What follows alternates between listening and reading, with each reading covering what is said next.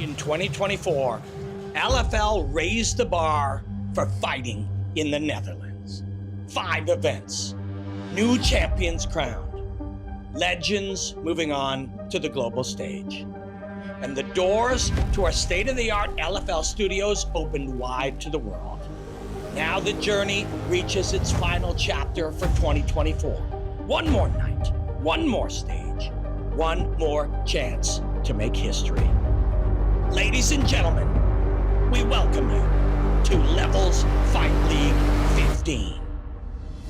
Tonight, we return to our very own LFL studio for a show like no other in the most exclusive fighting venue in the Netherlands.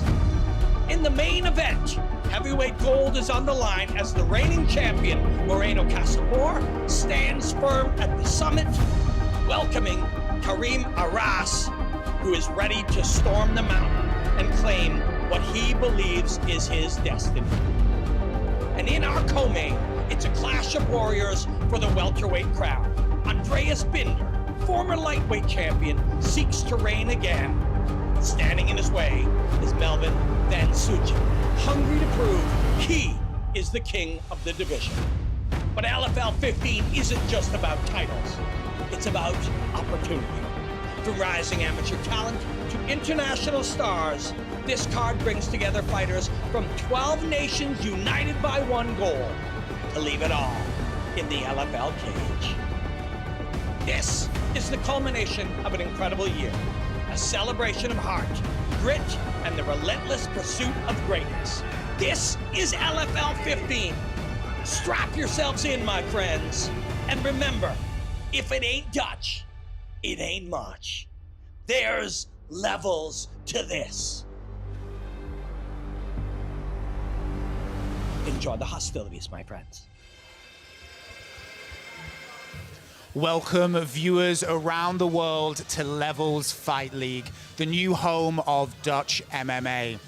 We're coming at you live from LFL Studios in the heart of the historic city of Amsterdam. And tonight we have a tantalizing fight card for you, topped by 2 title bouts that will see some of the finest combatants scrap it out for that gold. In our co-main event, we have a welterweight title between Andreeas Binder and Melvin van Suijdam. Yet in our main event, the heavyweight strap is on the line. See Moreno Kacapor fight against Aras. I'm Callum Booth, your host for this evening, and with me we have 2 fantastic people to help guide us through. To my left, UFC legend, heavyweight extraordinaire Stefan Struve. To my right, Vanessa Campos, martial arts expert, Muay Thai, and action star actor. So, our main event for this evening, Yes, Stefan, sir. our heavyweight title bout, Kacapor versus Aras. What do you expect to see here? Very good fight. We've seen both of them fight here at LFL before. Every single time we see Kacapor back, he gets better and better. He starts believing in himself more. And what I saw in his last fight, he really understands the power that he carries, not only in his hands but in his legs. He had a beautiful finish with those calf kicks.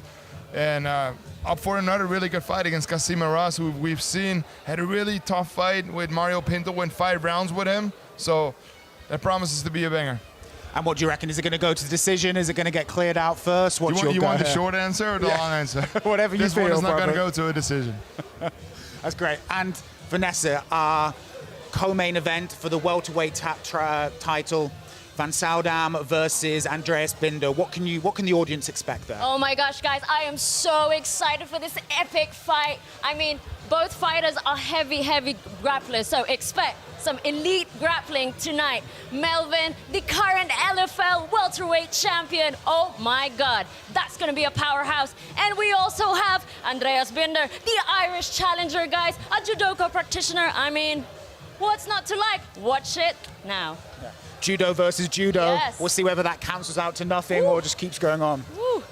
But of course, that isn't the only fights we have on LFL 15. There are an array of other fighters to check out for this evening too. So some of them involve, say, Nuland. Here we go. Here's Castro in one of his previous LFL fights, I believe, against Alish Smith, throwing down some gnarly hammer fists there, Stefan. So we have some true finishers on the card, and he is one of them. Every single time he fights, he comes to finish. it doesn't always end well for him, but it's always exciting when he steps in there. And this is another exciting prospect. Can Hircin, we saw him on the previous LFL show. He's back 14, already, yeah. and we discussed that. Want to see him back. Beautiful knockout. Same for Ali Popescu, who's got incredible kicks. He set up this spinning heel kick, and then he finished the fight with a beautiful high kick. Gorgeous Just an stuff. excellent fighter. Then we have Benita van Rooij, one of our Dutch-based fighters, Yep. who's been ripping up an absolute storm in her division. Talk about Taking on all- homegrown. Yeah, which is what we love to see in LFL, just that Yeah. Dutch talent coming through, and few better than her. And here we have the Bangladeshi by way of London, Behemoth Shah Kamali, throwing some absolute bombs there. Man, he's Yeah. never been out of the first round. Undefeated, 3-0. He's got an undefeated opponent tonight. Another good heavyweight fight tonight involves this man, Rangel, who had a really good, tough fight against Tom Breeze in his last outing. Tom Breeze couldn't submit him. He took him down, but every single time Rangel fought himself back in the fight. Another big heavyweight, Louie Sutherland, always comes to finish. 5 first-round finishes, very athletic. When you see him, you don't expect that kind of athleticism. You don't expect that kind of explosiveness, but it's there. And then Andreeas Binder, Oh my God. beautiful knockout. And Melvin van Suijdam is finally back. Yeah, We he's been tried to our line him up a welterweight couple title. times.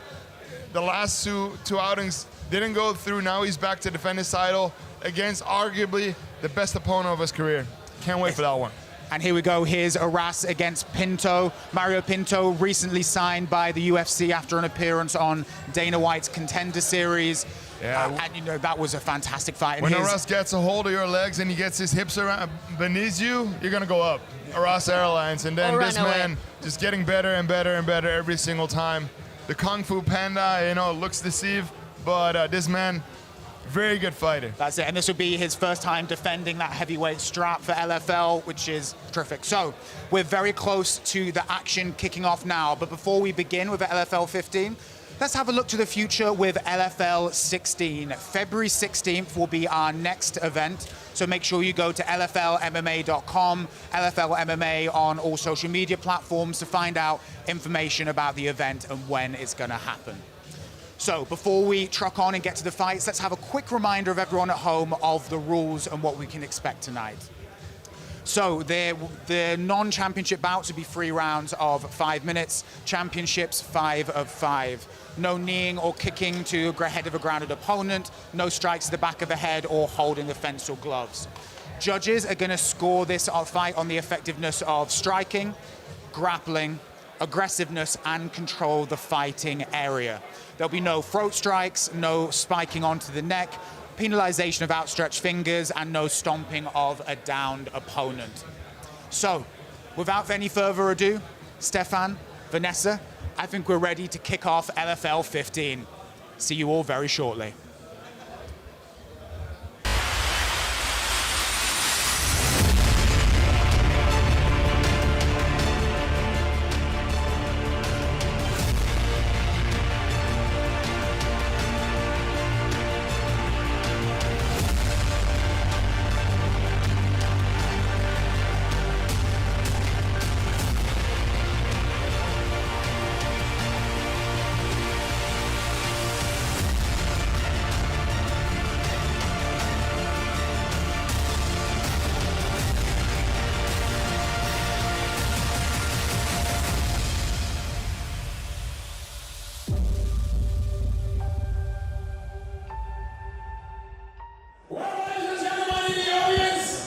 Web viewers from all over the world, I welcome you live from Amsterdam, the Netherlands, for the Levels Fight League 15.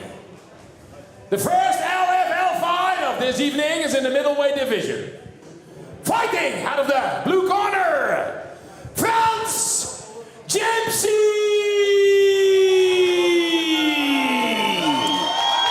France Jimchi is one of those just up-and-coming fighters that are so young and have just seem to have been fighting forever.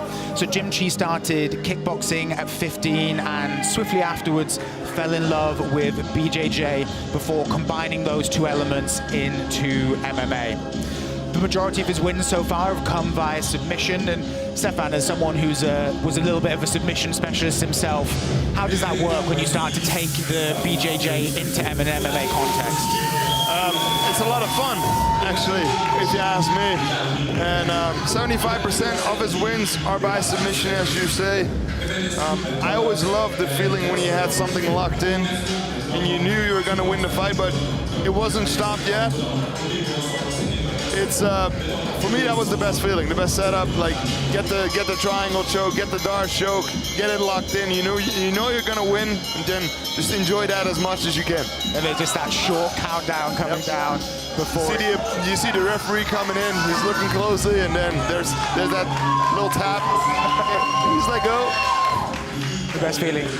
And Vanessa, as someone with a Muay Thai background, how have you found when you work with people who do Muay Thai and MMA? What's the difference in making that transition? Honestly, it's the footwork for me. I mean, like, I think that's what is the biggest difference. Muay Thai is very square, whereas, you know, MMA, you're changing levels so much, you're switching your stances. So I'm excited to watch these people dance right in front of us. Yeah, and exactly, that's what it is. It's a dance, it's a sway, it's a motion, two different waveforms crashing into each other on the canvas that is the canvas of the cage floor.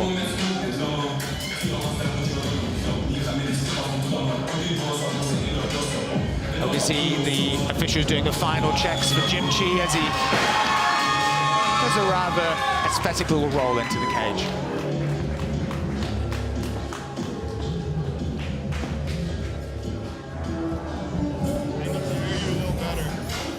Far away.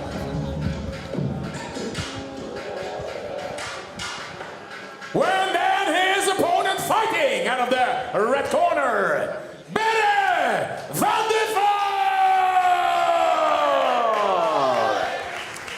Duffel! So Van Duffel is another young fighter. Started MMA at 21, but began with combat sports at 18 when he joined the army, mainly with boxing and K1. He's currently a sports instructor in the Belgium army, and he is a bit of a knockout artist with close to 50% of his fights coming win by a knockout.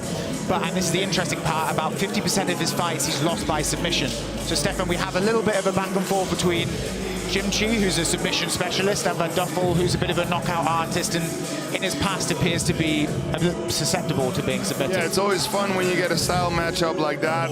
We've had that in the past a lot of times, of course, but I definitely feel that Jimchi is gonna, feel confident looking at the record from Brit van Duffel that he can get the submission, but Van Duffel carries a lot of power. So it's gonna be a fun fight, and can't wait to see how it's gonna play out.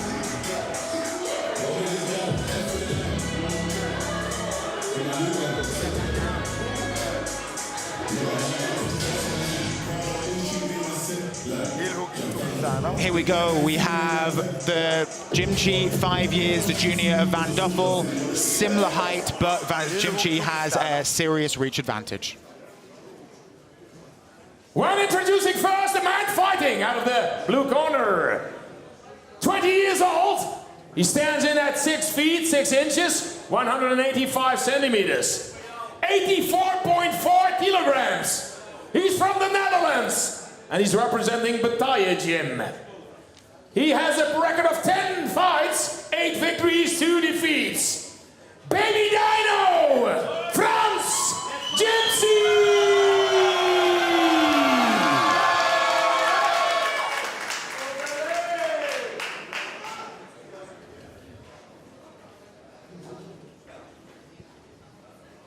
When then his opponent in the red corner, 25 years old, 6 feet, 6 inches, 185 centimeters, 83.7 kilograms from Belgium. He's representing MMA 141 Hasselt. 11 fights on his record, 7 victories, 4 defeats. The soldier, Brit van Duffel!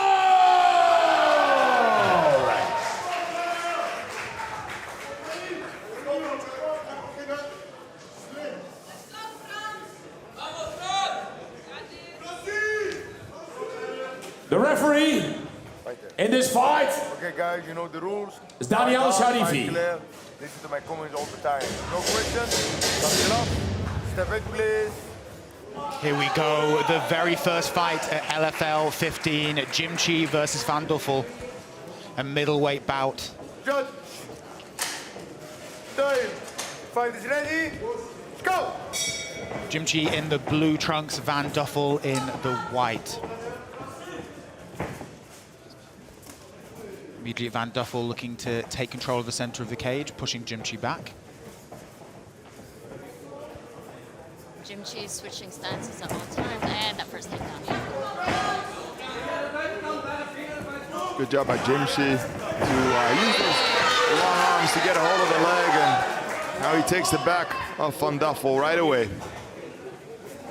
It's always interesting when this happens in the first round. Both fighters aren't sweating a lot, aren't slippery. Good job by Van Duffel to get back up. It's pressuring the hands of Jimchi, try to open him up. Not the cage. Not the cage. Little fence grab there. Referee giving him a warning. But Jimchi looking in a dominant position early on. That's pretty demoralizing in these situations, Vanessa. Immediately working the thigh, look at this. Nice mad return there by Jimchi, looking to take the back. Good job again by Barry Van Duffel though. Yeah, he's not Easily accepting. gets back to his feet. He's not accepting that. Some nasty knees coming to the back of Van Duffel's fights from Jimchi there. And again, Such a good underrated weapon. You can do so much damage there with your knees. and there's nothing that the opponent can really do about it when they've just got a big open slab of meat there ready to be hit. Especially because you have to balance yourself. You're in an athletic stance. Second warning about cage grabbing from the referee. Be interesting. I think a second warning needs to be a point deducted, in my opinion, with cage grabs. They change the outcome of these situations so much. Van Duffel really needs to lunge forward, get the hips forward so he can remove them hands from Jimchi so to stay away from the cage. Those knees are starting to hurt. You saw the reaction by Van Duffel there. Grabs the fence again. The third time in this first round. Referee will have to look at deducting a point soon, one assumes. And Jimchi wrestles Van Duffel to the ground, gets one hook in. 30 seconds left to work. Oh, nice way to silence Lovely reversal by Van Duffel there. Now he's on top. And you don't want to have this man on top of you in this situation because he's very explosive. Looking for the triangle is Jimchi. But eats a right from Van Duffel for his privilege. Jimchi looking for an armbar there as well, but Van Duffel's not giving that up easily. Oh, nice. Oh, he's trying. Getting the angle in. Get his arm out. Interesting first round there. Jimchi dominant with a very strong grappling performance, Vanessa. I mean, I'm sweating already, and it's like the first round. Woo. He did a great job to get a hold of that single leg, and he took the back from there, stayed in that position for most of the round. Yeah, look, if you were in Van Duffel's corner now, what would you be telling him? He needs to start sooner, with his hands. He cannot let Jimchi get that close and get comfortable in that space. When he gets close like that, he's got to feel the power. I think we could say, Vanessa, the judges most likely score that one, Jimchi. I think so, yes. I mean, he just came out so explosive. Will he come out explosive in the next round? Question. Okay.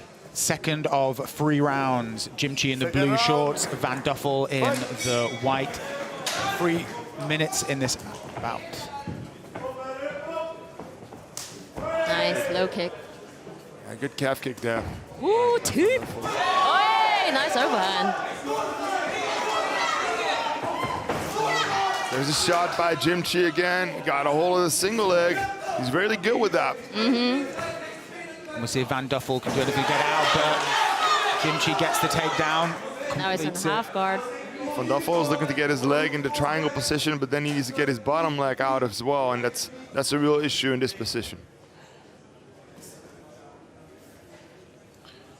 Just over 2.5 minutes to go in this amateur bout. Van Duffel's got to be careful with, you know, grabbing a hold of the head like that. If Jimchi recognizes it, he could easily go to a fun flute choke.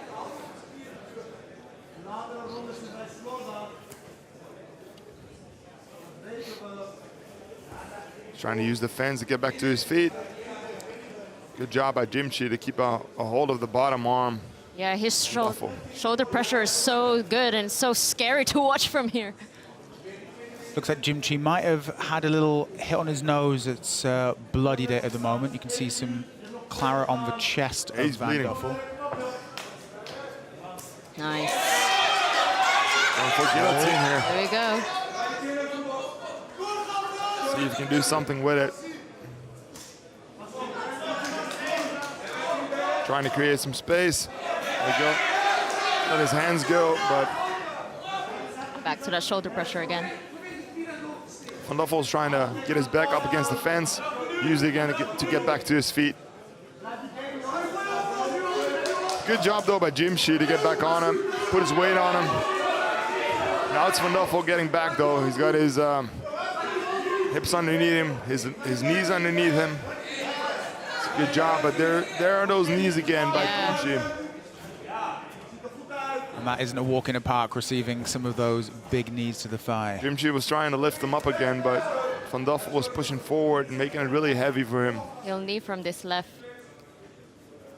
Oh. And Jimchi just stuck like glue to the back of Van Duffel here, not giving him an inch of space to try and work with. He's going for a single again. Going from the back to a single. Jimchi seemed back good to the back. Good success with those singles so far, so no surprise he's hunting for one. Callum, I feel like Jimchi is a little more aggressive than Van Duffel coming into this fight, no? Yeah, it definitely seems that way. Van Duffel's allowing him though. When he comes in like that, looking for the takedowns, you got to punish him. Else there's no pressure in to step in and go for those singles, go for those doubles. There's always got to be a threat. There's always got to be something where when your opponent wants to step in like that, he's got to know they don't come cheap. No. We can see the replay here where there was a little bit of back and forth at the beginning, most likely where Jimchi got his nose bloodied up. Look at the way he's got his leg all the way through and uses it to take him down here at the end of the round. And that was it so far in this fight. Van Duffel doesn't really have an answer for Jimchi's grappling. Yeah, he's got to come out aggressive, in my opinion. It's 2 rounds in the bag for Jimchi. So if you want to win this fight, you got to do something big if you're Brit Van Duffel. Seconds out for the 3rd and final round of this fight. Here we go. 3rd and final round in the opening bout of LFL 15. Nice show of respect from the combatants there. But Van Duffel really needs to not fall into that same trap in this round if he's going to convince the judges of. So not a good calf kick there by Van Duffel. Oh, look at this. Nice spinning back kick.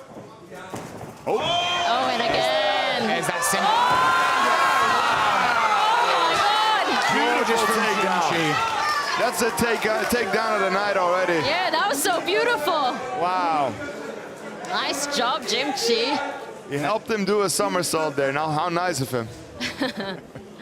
Beautiful. He's got the single, and then he's got him all the way up at DC. Yeah. Daniel Cormier will be proud when he sees this. Jimchi looking for Van Duffel's back. Trying to get them hooks in now. It seems like Van Duffel is still like getting his wits back after what happened to him. Walking to the cage. Van Duffel walks to the cage. A little bit of jet lag from that flight, maybe. He's got one hook in, he's got his weight on top of him. It's a really difficult position to be in for Brit Van Duffel to carry all the way from Jimchi as well. Jimchi's an astounding grappler. I mean, wow.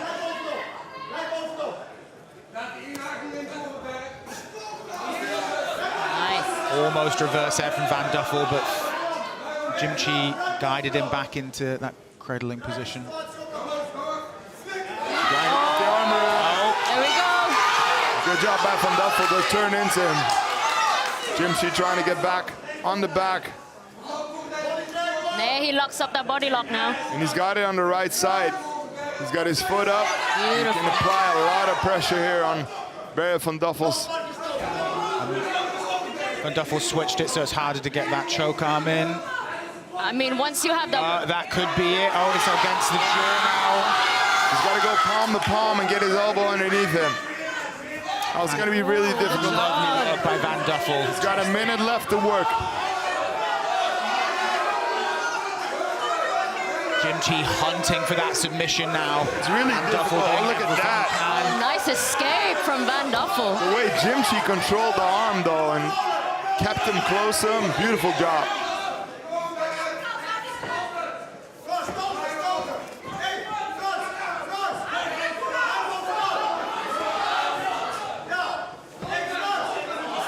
Van Duffel scrapping admirably here against Jimchi's grappling. Jimchi's doing a great job making Van Duffel carry his weight as well. Controlling the fight from start to finish. Outstanding performance here by Frans Jimchi. Really, like, good pressure and good aggression coming in.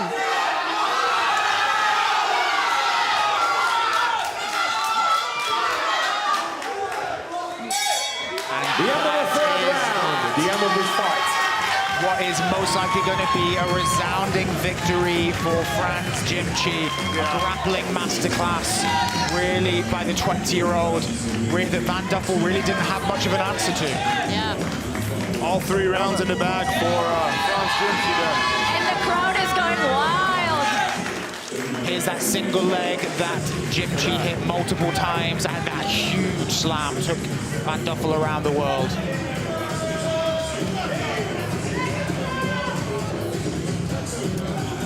It was probably the closest to submission from Jimchi there, but didn't quite get the arm underneath the chin.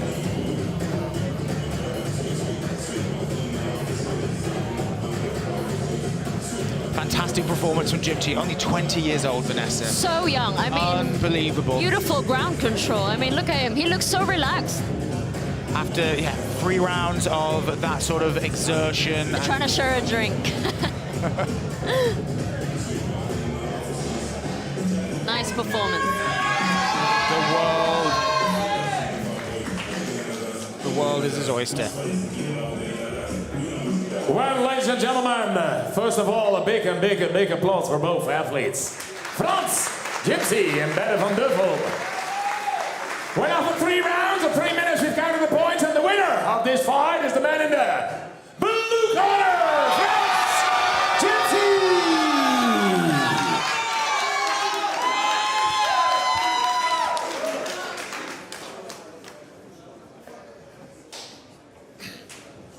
Ladies and gentlemen, I'm here with your first winner of the evening, Frans Jimchi. Beautiful grappling masterclass. I want to talk about the takedown in the second round. I think Daniel Cormier would be proud if he sees that one. Ja, man. Ja, het was een mooie takedown. It was a beautiful takedown. Do you work on that a lot? Yeah, before, because when I came into this fight, I do only like grappling training. I was like, you know, I took this fight on last minute, like 1 week notice. So I was like focusing on my grappling, and then I started this fight, and I thought, no, I need to do this. So I stepped in. Well, it's a great performance, especially on 1 week's notice. Ladies and gentlemen, give it up for Frans Jimchi.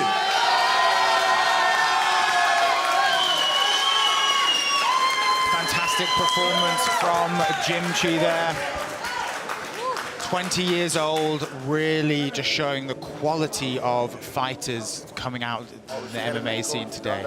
I mean, he's only BJJ blue belt. I think maybe after this... Scary, I don't know who's judging blue belts these days, but... That's a lethal blue belt. I wasn't doing that stuff when I was that age. Yeah, no. I would have loved to be able to do that, though, those kind of takedowns. With my height, imagine that. Oh, it would be, yeah, it'd be devastating. It would be like a space shuttle crash coming back to the ground. Hey, in 1 week's notice, he takes the fight and he performs like that. That's really, really good. Courage, man. We're in the next fight, ladies and gentlemen. Catch weight, 74 kilograms. Fighting out of the blue corner, Veelen.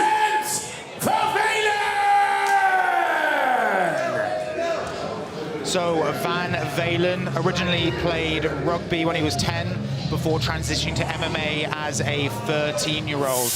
Now, Stefan, I know he's someone, Van Veelen is someone you know a lot about as he trains in your gym. Yeah, I see him in my classes a lot. Very tough kid, always eager to fight. He keeps a good pace. He fought a lot this year, and now he's back here at LFL in a showcase bout, amateur showcase bout, on the main card here at LFL. So looking forward to see what he can do against a very tough opponent. And what should we be looking out for? He can do it all. When you ask me, one of his best attributes is how tough he is. And he's lost some fights that he could have easily won. He doesn't always listen too well to his corner, so I'm kind of happy I'm not cornering him today. It can be a little bit annoying now and then, but he's got a lot of qualities. He always stays calm in bad positions, and he always comes to fight. And that's the most important thing. That's the spirit you need when you step into the cage.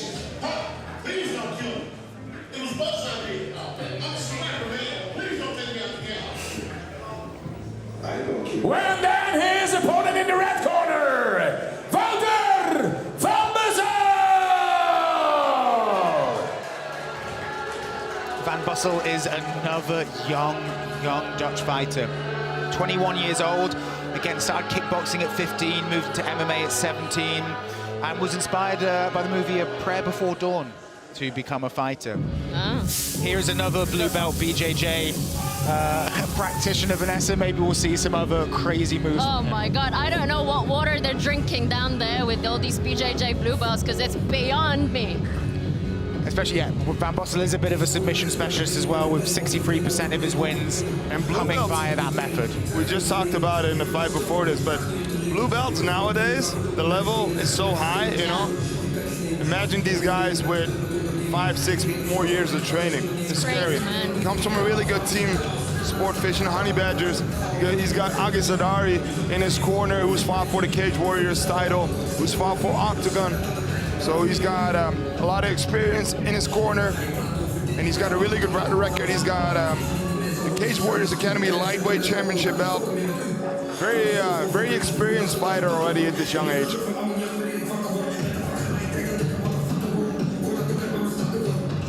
Here we go, it's very similar ages, 22 to 21. Van Bussel has a 5-centimeter height advantage and a 3-centimeter 22 years old, stands in at 5 feet 9 inches, 180 centimeters. He's from the Netherlands and he's representing Team Schreiber. 9 fights on his record, 4 victories, 5 defeats, ladies and gentlemen. Vincent van Veelen!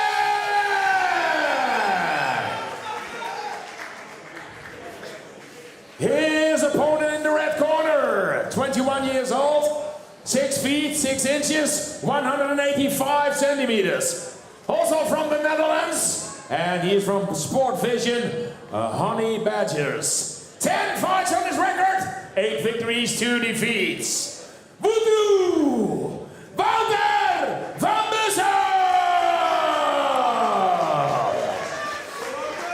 When this LFL fight, catch weight 74 kilograms is scheduled. 3 rounds, 3 minutes. The referee is Mr. Niels Beurske.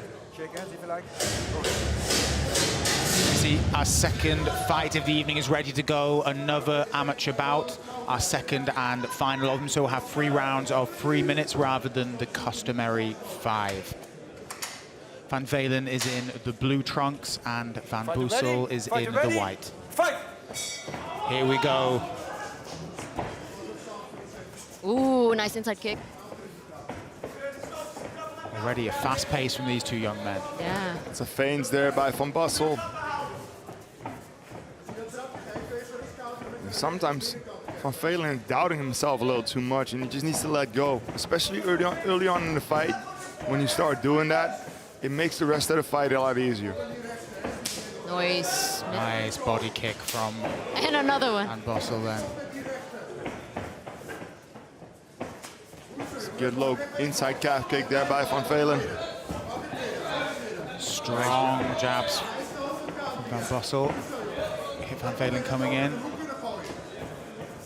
Really putting a lot of weight in those jabs as well. Van Van Bussel's really committed on that cross. And nice single leg. Single leg from Veelen, balancing against the fence. What Van Veelen wants to do is, one of the options he has is get his head underneath the chin of Van Bussel and then push him up. Now Van Bussel's got his head connected and takes Van Veelen down. Lovely takedown from Van Bussel there. Now he's got about a minute and a half to work from this position. Van Veelen needs to give up his guard because you can't use your guard effectively when you're stuck against the fence like this. What you want to do is bring your legs towards the ground, try to spin, get your knees on the ground, and get back to your feet. Van Veelen was looking for a sweep, but Van Bussel recognized it.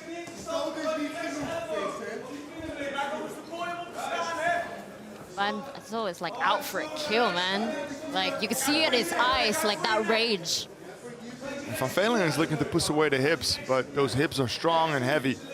And he's trying to get his guard back, but I'd like to see him go to his knees. And Van Bussel into full side now. 50 seconds left.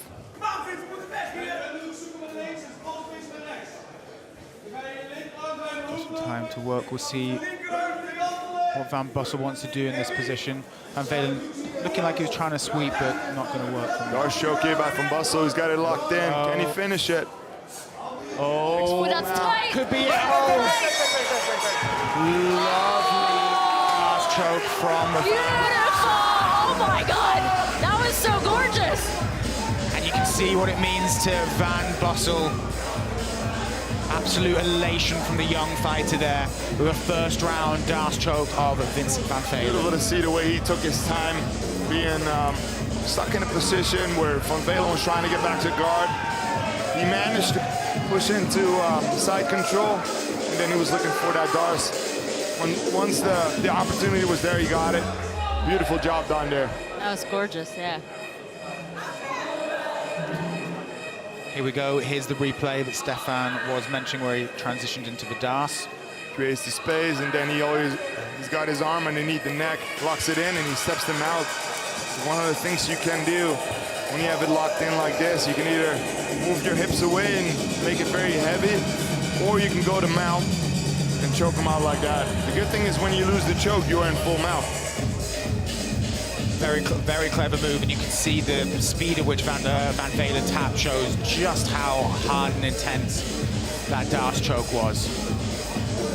I mean, that's a good audition tape, you know, for the sequel of A Prayer Before Dawn. Ladies and gentlemen, a big applause for both fighters, Vincent Van Veelen, Wouter van Bussel.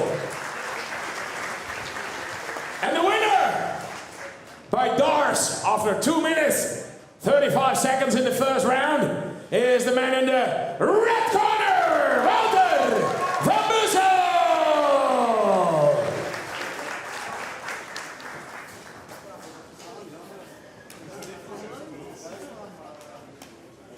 Ladies and gentlemen, I'm here with Wouter van Bussel. It was beautiful to see that you were stuck in a position. You was going to try and get his guard back. You were trying to move into side control. Once you were there, you took your time, you locked in your Darce choke. Was that your plan all along? I had no plan coming in here, but I always saw myself as a striker, but then at some point I realized I'm a pretty good grappler as well, so why I don't just take him down and submit him? Well, I see this is the first time I did it, and it worked right away. But the control as well, we tried it, I did it, is something we've been working on with our coach Gillian. So, yeah, she's going good.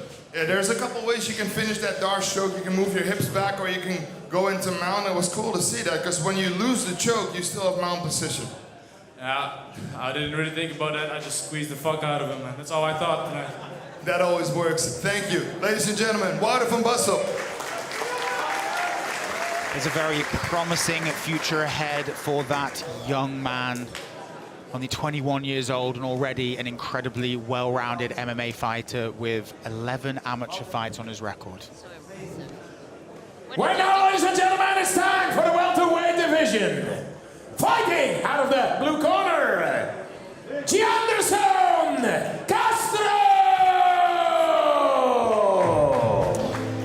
Castro is a fighter who's appeared on some of our LFL cards before. He fights out Beyond Jiu-Jitsu in Dublin. He last fought on LFL 8 here, where he beat Elliot Jenkins. And interestingly, lost via TKO to Andreeas Binder, our co-main, back in 2021. He's fought in Cage Warriors and had his first pro fight in 2013, and this is a real classy, powerful welterweight fighter. This is a man who always comes to finish, who always comes to fight, and he's got a record that's 6-8, 6 wins, 8 losses, but there's a lot of those losses there where he could have easily won that fight, but because of his style, the way he fights, because he always goes for that finish, you end up losing a fight now and then. But for the crowd, for us being here, it's always a pleasure to watch this man fight. What's good for Castro might not be good for us, but thankfully he does what's good for us most of the time. Yeah, he looks so relaxed right now. I'm really excited to see what he's going to bring to the cage. He's in good shape too. Yeah. That looks good getting off the bus.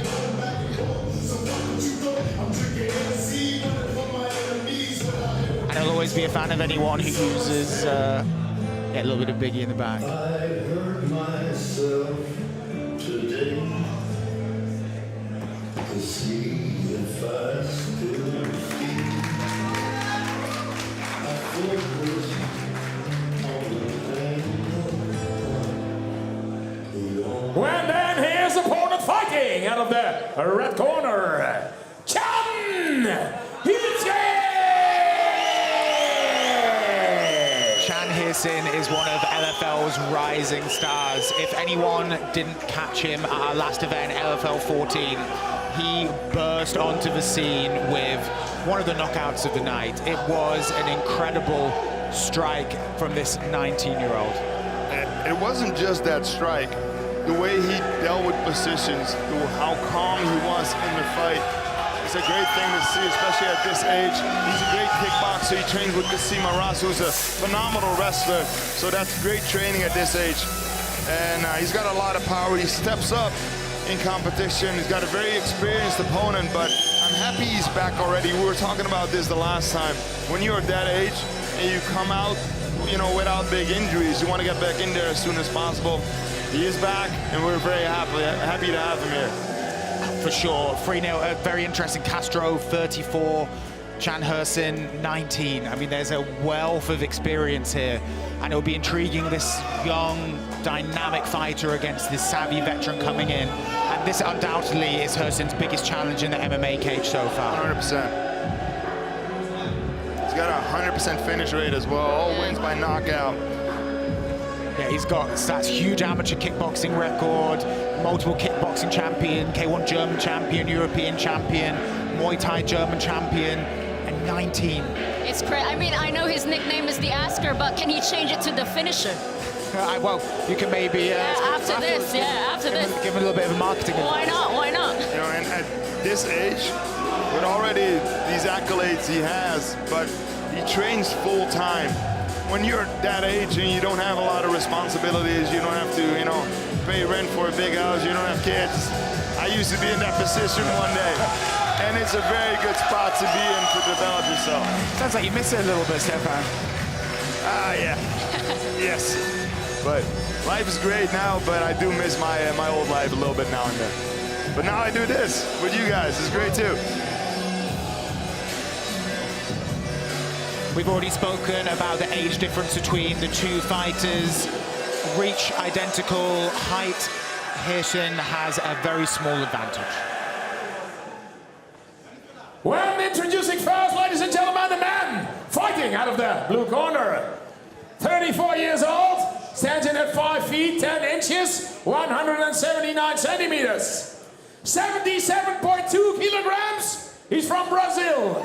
He's representing Team Beyond BJJ with 14 fights on his record. The Jungle, Jeanderson Castro!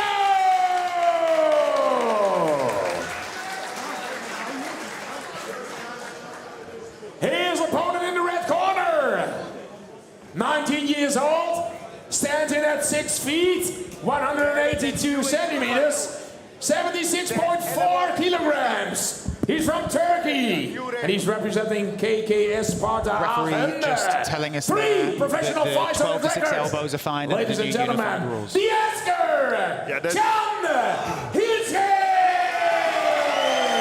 That change in the rules that came into effect after our last event, so excited to see that. When this LFL fight in the welterweight division is scheduled, 3 rounds of 5 minutes. Okay, guys. The referee is Mr. Daniel Sharifi.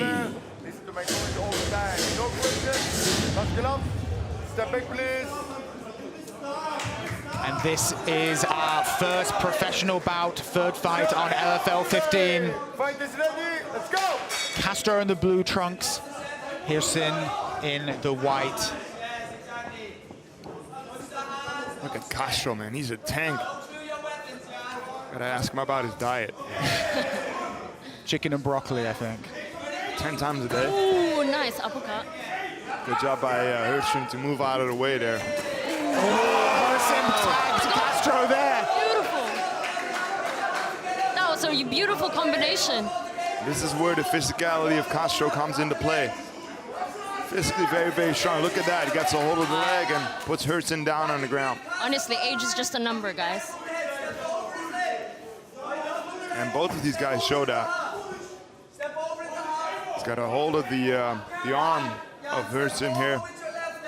He's got a wrist right. It's a very difficult position to be in, but he's got his arm loose now. Good job there by Hircin. And with his kickboxing background, these are the areas where we're really going to have to see what Hircin's got. Well, he trains a lot with Kasim Aras, so these kind of positions, they put him in a lot, I think. And he does a great job staying calm. He did so in his last fight, but he's got a completely different kind of opponent on top of him now. Good scramble though, but Castro really goes back. He's got his hands connected and puts him back down on the mat. And that's exhausting, Vanessa, those situations. That shoulder pressure and the head pressure of Castro, he's really digging in like a knife almost. Both guys are using a lot of energy in those situations, but when you end up on top, you know, that's the best spot to end up in, of course. You get rewarded for your energy.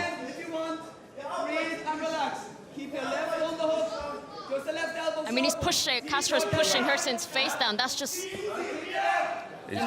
demoralizing almost. Trying to create space to land elbows, but Hircin is doing a good job of not letting go of that arm so that Castro can use it. Hircin looks very calm despite this bad situation, because there's still about 3 minutes left of this round to go. As you know, this is our first professional fight, so these are 3 rounds of 5 minutes as opposed to 3 in the amateur bouts previous. And being calm in these kind of positions is very, very important, but you have to recognize that you got to get out of here too at some point, because if you stay in this position, sooner or later he's gonna open you up with elbows. Hircin tried to move his body position up there, and then Castro just scooped that elbow out and stopped him basing. Trying to go to the underhook, get his hips underneath him, but Jeanderson Castro is strong. And now he's in full mount. This is not where... Oh, and now he's got his back. He's got both legs hooked in. He's trying to flatten Hircin out, Castro. Castro searching for that chin. And flattening him out. And for the neck, but good defense so far by Hircin. There's still a minute and a half in this round to go for Castro to work. Hircin is doing a good job walking with his legs, trying to get away from that back mount position. But he's still underneath Castro, who's got a arm triangle here. If he can step off into the side, he can apply a lot of pressure and finish the choke here possibly. And Hircin trying to use the cage to push off away and change that angle. Castro's pressure, guys. Oh, and Castro's off. Castro's corner asking for a squeeze. There's a lot of space here, look at that. Yeah. You can see that from this angle. On the right side of Hircin, he doesn't connect his shoulder to the artery in the neck of Hircin. So it's going to be really difficult for him to choke him out. Now he's getting closer. Oh, look at this, good job by Hircin. Gets his elbow there. Castro back into full mount. Nice turn from her. 50 seconds left. Oh, and it looks like Hircin managed to get out of that. There could be no doubt that Hircin has incredible heart and drive and toughness. If he can survive this first round, that'll be a huge moral boost for Hircin. But also a big boost for Castro, thinking, well, I can control this. But he spent a lot of energy trying to finish this kid, and he couldn't finish him. That just goes to say how tough Hircin is at 19 years old, guys. Hircin has done a good job so far of not having Jeanderson Castro land big shots on him. There's a couple good strikes, but heavy ground and pound here by Castro. Referee looking fine with it so far. Oh, and Hircin looks like he was cut open and bloodied up a little bit by those shots at the end.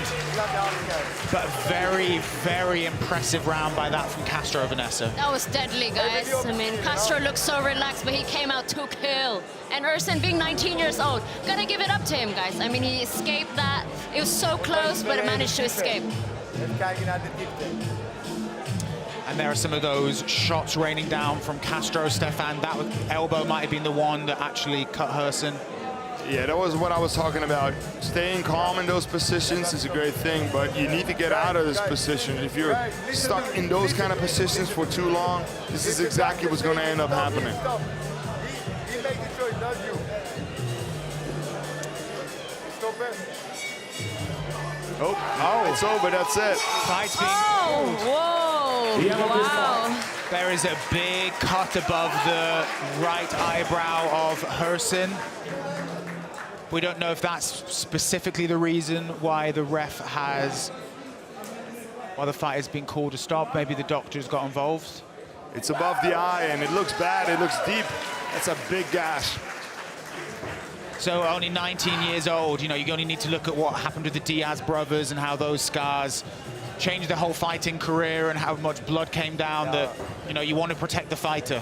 Losing a fight early in your career is not a bad thing per se. You never want to lose, but it happens. It's not the end of the world. He's going to learn from this.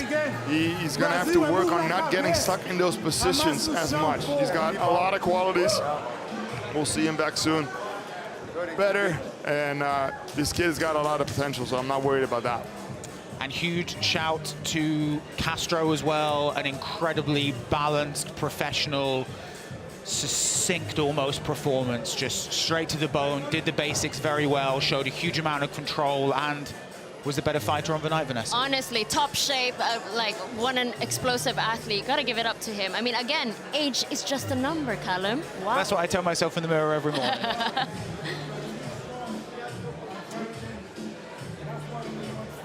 Of course, a shame for Hircin, but still, 19 years old. The sky is the limit for this fighter.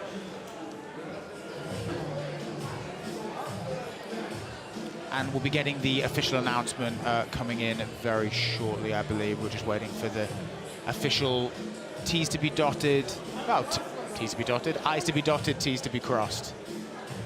When fighters to the center of the ring, please.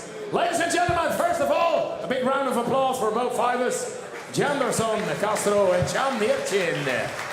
And the winner of this fight by medical intervention is the man in the blue corner, Jeanderson Castro.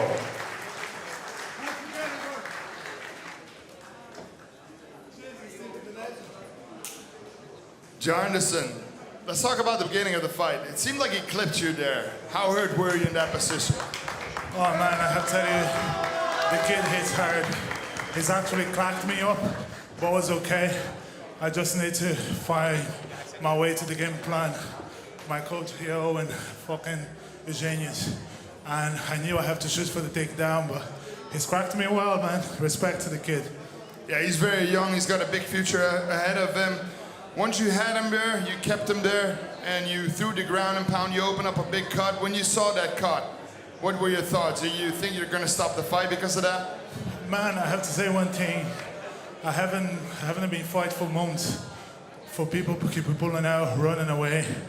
And this kid just after the fight, I was super surprised about it. But when I see the blood coming out, man, I'm in the jungle, you know? I eat people alive. So that's what I did. I went for it, and I knew he would come back because the open man was very, very open blow, like all over the shop. I love this shit. It's always fun to see you fight. It seems like you come out pretty unscathed. You want to be back in the LFL cage soon? I just heard you guys have it in February, so I want to get back again as soon as possible. The boss man here wants keeping me active. Give me a chance, guy. I'm going to put the show. I'm going to open people's head again and again and again and again. As I said, this place is by freedom, and my brother Andreeas Binder is going to bring another fucking belt home. I love that guy in bits. We fought before, we become best friends. I just want to see that man just get everything what he deserves. And yeah, bring me back in December, and I will show you guys how the difference come. Great performance, ladies and gentlemen. Jeanderson Castro. Fantastic performance from the veteran Castro there. And hey, George, matchmaker, if you're listening, it looks like Castro wants to fight again soon. But hopefully we'll see both fighters back very shortly. Well, after this, we have a array more fights, but we have a short intermission coming up. So make yourself a cup of tea, and we'll be back in a couple of minutes. Well, for now, ladies and gentlemen, we have a small intermission. Make sure you get your food. Hey, what up, champ? How you doing? What's up?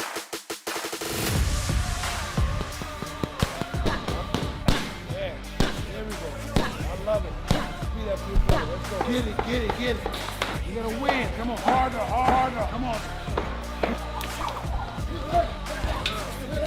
Hands are good and fast. We're ready to go. We gotta get this win. Let's go.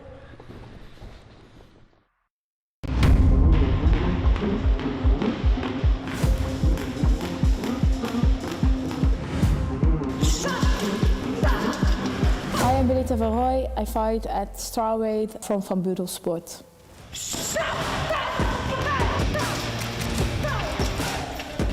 Yeah, I'm really blessed with my team. How more I fight, I think I more realize myself how important that is. They give every single day everything. Together we are doing this. I have a vision and a goal and a dream what I want. And I feel that so deep inside that I give everything for this. Everything what I do, need to make a way for this. Sometimes it's hard. From the LFL, I want to go to the highest league. I want to be the champion there.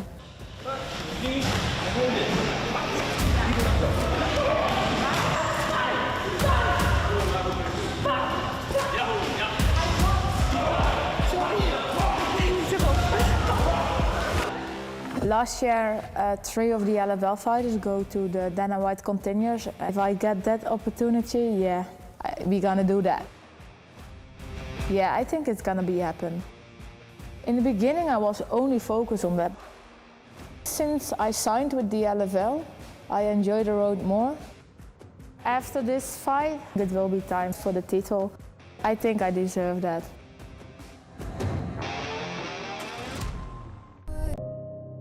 Big knockout to open the card tonight. Wow! Dances with the devil. Your power isn't special. We don't fit on your canvas. We burn it all to ashes. We are the outlaws. Right out. Second fight, second round. This kid has got some serious power. Referee almost finished it. Referee was moving in to finish it.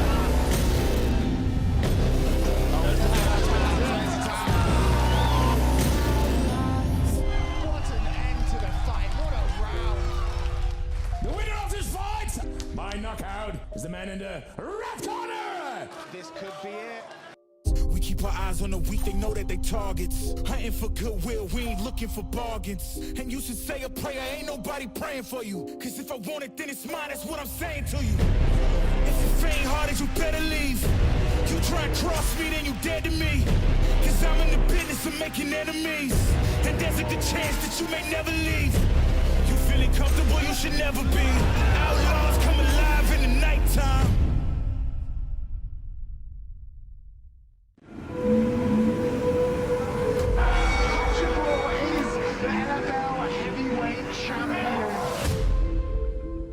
Secteur A, C, Brit Luke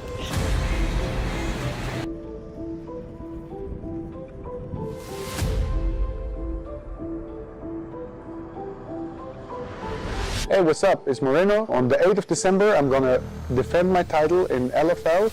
Let's go, Moreno. Stand up and posture to ground and pound. Let's go. Thank you. 15 seconds. Let's go. I'm really excited for this fight. I have a strong opponent. I know that he's really tough. The former champ fought against him too, and he couldn't finish him. And so my goal is to finish him. I start to level up my game a lot, to work on my details in every part, and to give you a big show, a big finish.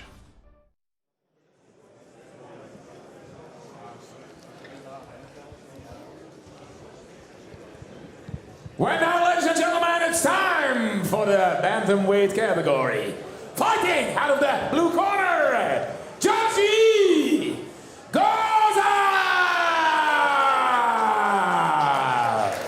Groab is an exciting young fighter. Like with lots of these fighters of this ilk, started wrestling as a kid. And when you read that, started wrestling as a kid, you know it's going to be a tough fight for whoever that person's facing. And again, a little bit of a tone this evening, another BJJ blue belt, but I have a small feeling, Stefan, he might not perform like a BJJ blue belt in a traditional sense. When you start wrestling when you're a kid, and you are a BJJ blue belt now, but you started wrestling as a kid, then moved to Ireland, and the scene in Ireland, he got some very good training, of course. So he was able to work on his other assets, his striking, his grappling, and he's getting better and better every single time we see him. He fought on LFL New Talent 2 and 3. So another fighter we've seen in the past, growing up in this organization is just such a great thing, a fun thing to follow. Yeah, it's fantastic to see the pathway. If you don't know LFL New Talent, you can find it on Instagram, on YouTube, and that's the amateur bout that happens around the time of LFL, and it works as a funnel to kind of find the best of local and pan-European talent and push it through. And yeah, Groab is an example of this. He's got a former Irish UFC star in his corner, Paddy Ulan. He's had a good amount of fights in the UFC. Headlining an event for the UFC. I mean, that's not bad pedigree to have as a 22-year-old kid, someone to look up to. 100%. It always must feel when people at your gym must just train that extra bit harder, seeing a UFC legend like yourself in there.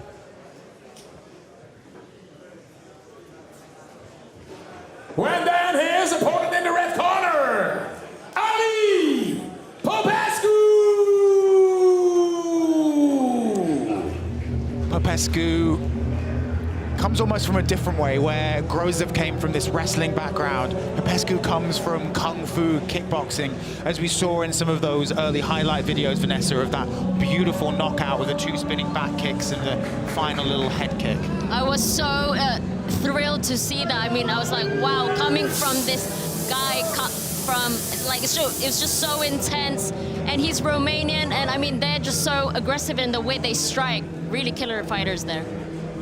And this is another LFL New Talent alumni, Popescu, coming through, Stefan. Yeah, especially at the point where we are at right now, 3 years in, we see so many fighters return and growing in this organization, getting better, and we've multiple fighters who got signed by the UFC, and it's just working out excellent so far. And I was gonna say, when you walk out to this kind of music, but what he did in the cage last time, that's a scary, scary man. He started it off with that spinning wheel kick to hurt his opponent, and then he knocked him out with the head kick. Highlight reel barely does it justice. He's an exciting, flowing, creative fighter, and I'm intrigued to see this water versus rock matchup coming. And on the topic of matchup, here we are. Both the fighters the same age. Groab, slight height advantage. Popescu, slight reach advantage. Both currently unbeaten in their professional careers. Well, ladies and gentlemen, introducing first the man fighting out of the blue corner. 22 years old, stands in at 5 feet 6 inches, 171 centimeters, 61.5 kilograms from Moldavia. And he's representing Holohan Martial Arts. 2 professional fights on his record,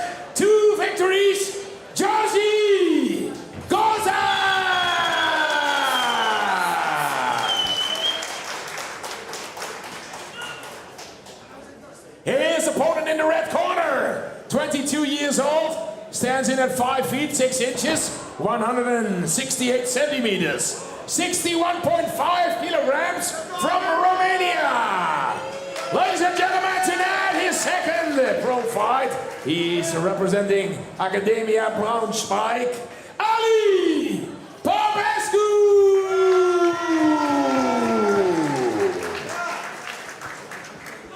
When this LFL fight in the bantamweight category is scheduled, 3 rounds of 5 minutes. The referee is Mr. Niels Bursken.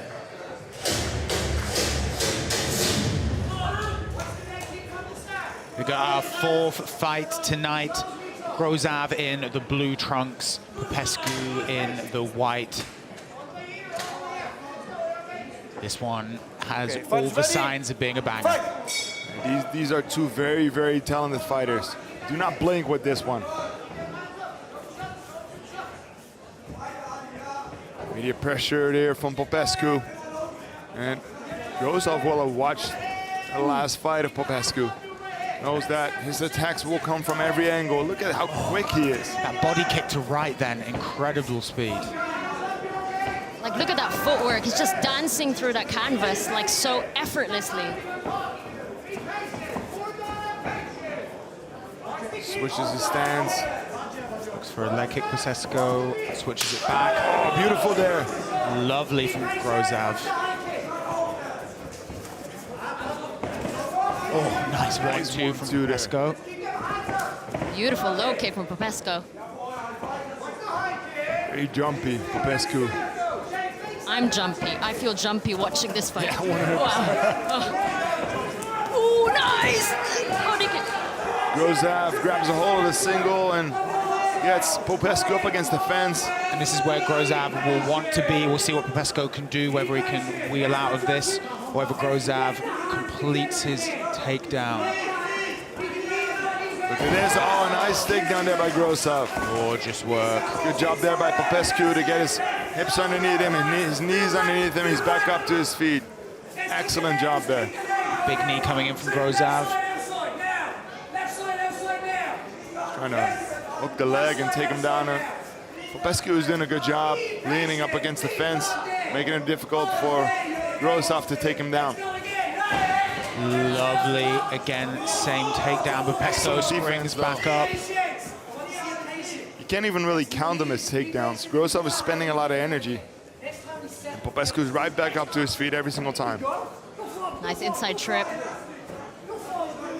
I can hear his coach, Paddy, just shouting, patience, patience.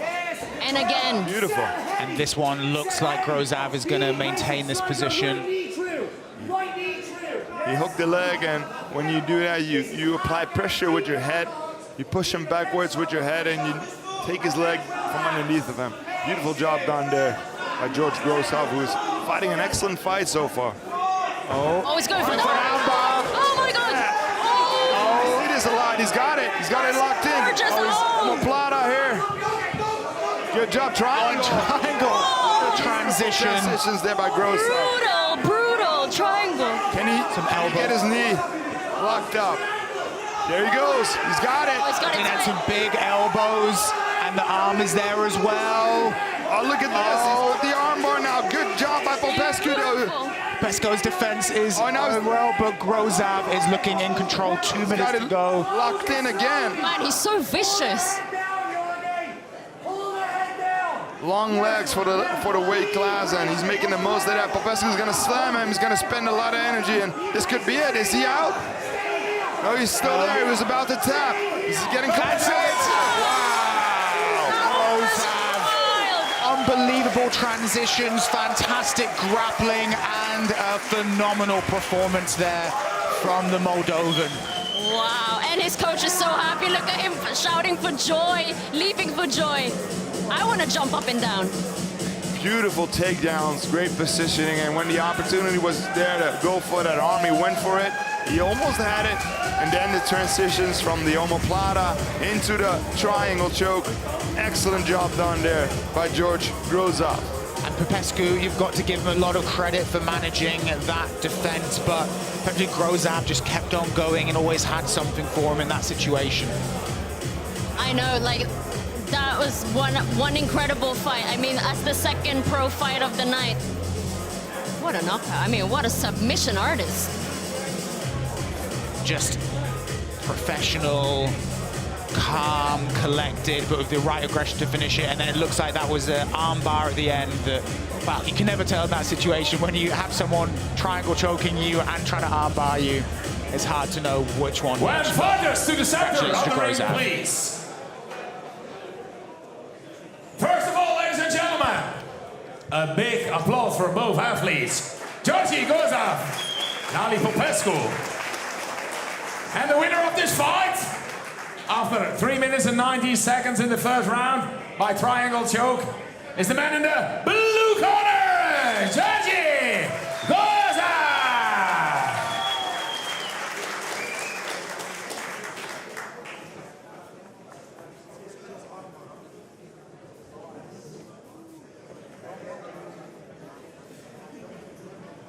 All right, George Groab, beautiful takedowns, and when the opportunity was there to go for that armbar, you jumped on it. You didn't want to wait. Is that one of your moves that you always want to go to when the opportunity is there?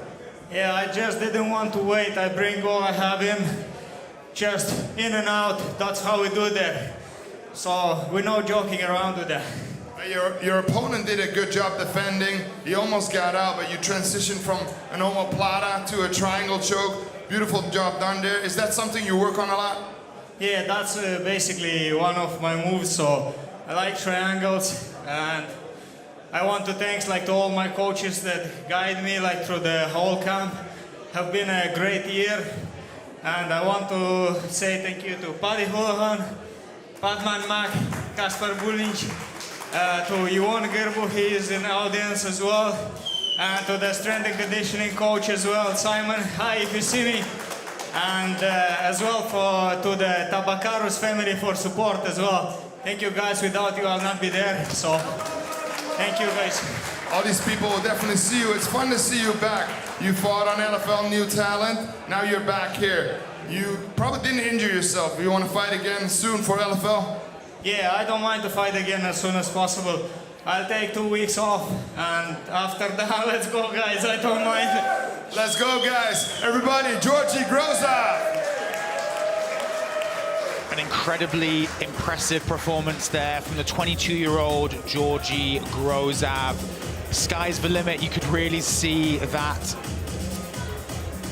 just precision in his grappling, doing everything at the right moment. A fighter with a real sky-high limit, Vanessa. And again, he's a BJJ. Right now, ladies and gentlemen, we go to the ladies in the strawweight division. Fighting out of the blue corner, Alish Smith.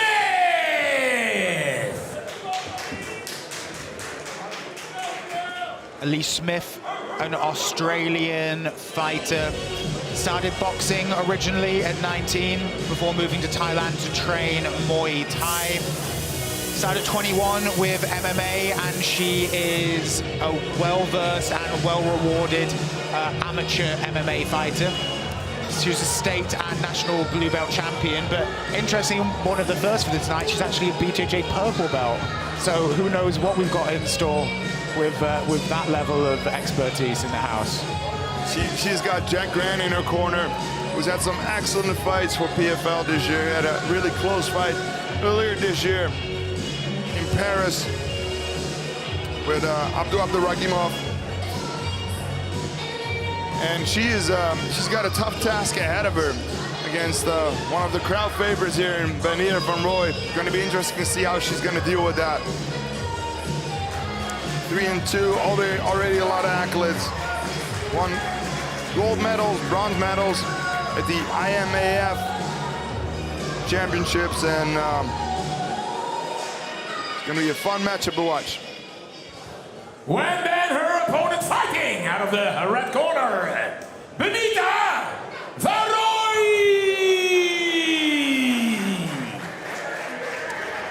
Benita van Rooij is one of the, as Stefan said, one of the crowd favorites. Someone whose career is rising alongside LFL. She last fought on LFL 13, won a decision against Jimenez in a real tough battle. Before then, she won a rear naked choke at LFL 12 and at LFL 11 an arm triangle. She's a fantastic fighter, Vanessa, and one that we all love to watch. I mean, she fights with her heart out, literally. What a, like, I love seeing women fight because I think we are underestimated by the society that we do have that heart and we do have that passion to fight, and we are goddamn athletic. Hell yeah, I mean, I wouldn't want to step into the cage with, even though I probably weigh double the amount of either of these women, you couldn't pay me enough to get in there. Benita's 5-0. Her first 4 wins in the cage were stoppages, but it's not like she didn't try to stop her last opponent. She got close a couple times. It was a fantastic fight to watch.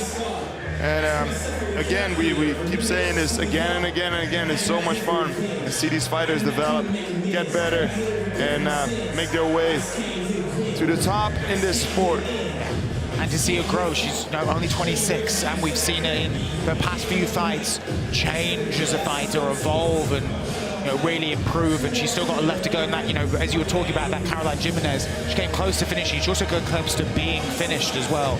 It was the first time in her career she's really been pushed to the edge in that way, and it was character forming in those situations. Great experience for her. Fully dedicated to MMA, only works and trains full time. That's how you get better.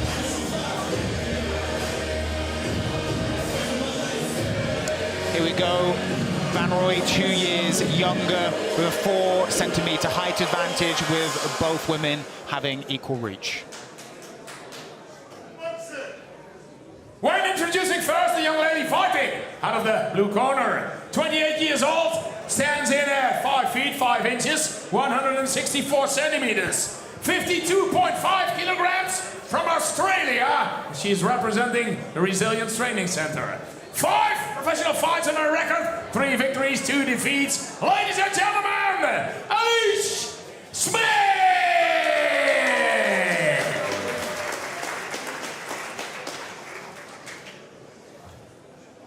Her opponent in the red corner, 26 years old, stands in at 5 feet, 6 inches, 168 centimeters, 52.6 kilograms, from the Netherlands. Representing Van Sports, 5 professional fights on the record, 5 victories, Benita van Rooij!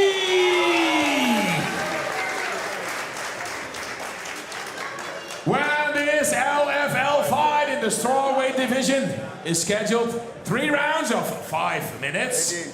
The referee is Mr. Daniel Sharifi. All the time, no question. That's typically. Van Rooij's got Dwayne van Helvoort in her corner, who's had an excellent fight at our last show. Beautiful submission he scored with the triangle. Fight is ready. Let's go. It'll be intriguing to see whether Van Rooij uses any of that, grappling prowess she gets from such a phenomenal trainer. He's always ready for everything. Here we go, Van Rooij in the white and orange, pressuring Smith in the blue. I mean, look at Benita's angles, just moving side to side, dancing again so beautifully, effectively with those kicks and those strikes. She makes her opponent work, because Alish Smith has got to react, because when she doesn't do anything, Benita creates great angles for her to throw her strikes. I just love how Benita moves like bop, bop, 1, then bop, bop, 2. That rhythm is just so perfect. So before the leg there, good job by Smith to keep a hold of the arm, keep the arm from Benita van Rooij up.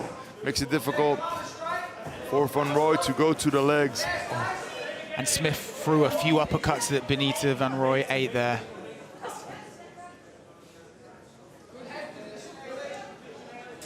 Good head positioning here by Benita van Rooij. Gotta give it to Smith for defending that against the cage as well. When you do what Van Rooij is doing here with the forehead under the chin of Alish Smith, that's how you create openings, that's how you create possibilities. Nice turn. Now she's defending the same way, and now Smith is taking over here.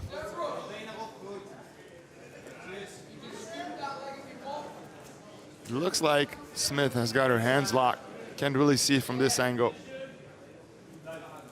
Van Rooij is creating distance with her leg and now trying to move her hips out. Good job there. Nice disconnection. See if she can complete the reversal or if they're going to separate. Oh, Smith managed to get back to the cage and has a little position behind her.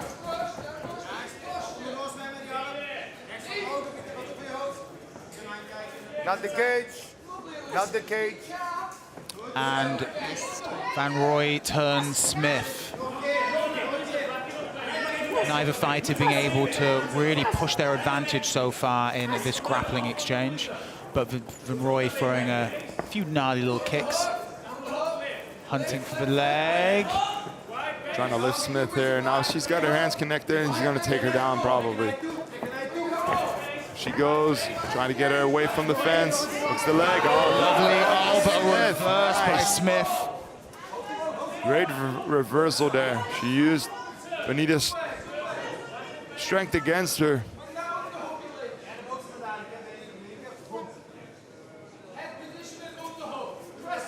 And keeping this up, being consistent with the head positioning and constantly throwing the knees to the thigh is going to open up possibilities later on. Ate that shot. It may not deliver right away, but those kind of small things will deliver later on in the fight. Yeah, paying into the bank and the aim of picking up your investment later. Yeah, same thing with leg kicks. You know, you hurt your opponent, they may not start limping right away, but in the third round, those legs are banged up. Man, Benita keeps like hunting for that low kicks and so consistent with it. And Alish's legs are going red. Two fighters trading some blows in the center here.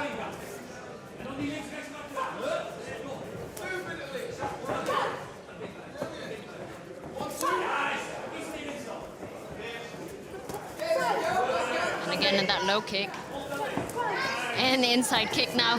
1-for-1 now. It's a very good matchup so far. A little bit of damage under the right eye of Van Rooij. That's it, both fighters looking calm. Smith is doing a good job moving away from Van Rooij when she's trying to pressure her up against the fence. Lovely inside leg kick and given return by Smith. Two of them just throwing one or two shots. It's nice to see a little bit more combinations from the pair of them. I think that could be a key in the fight, Callum. If you throw 1-2-3s instead of 1-2s, you cover more distance and then you'll be able to connect those shots most likely.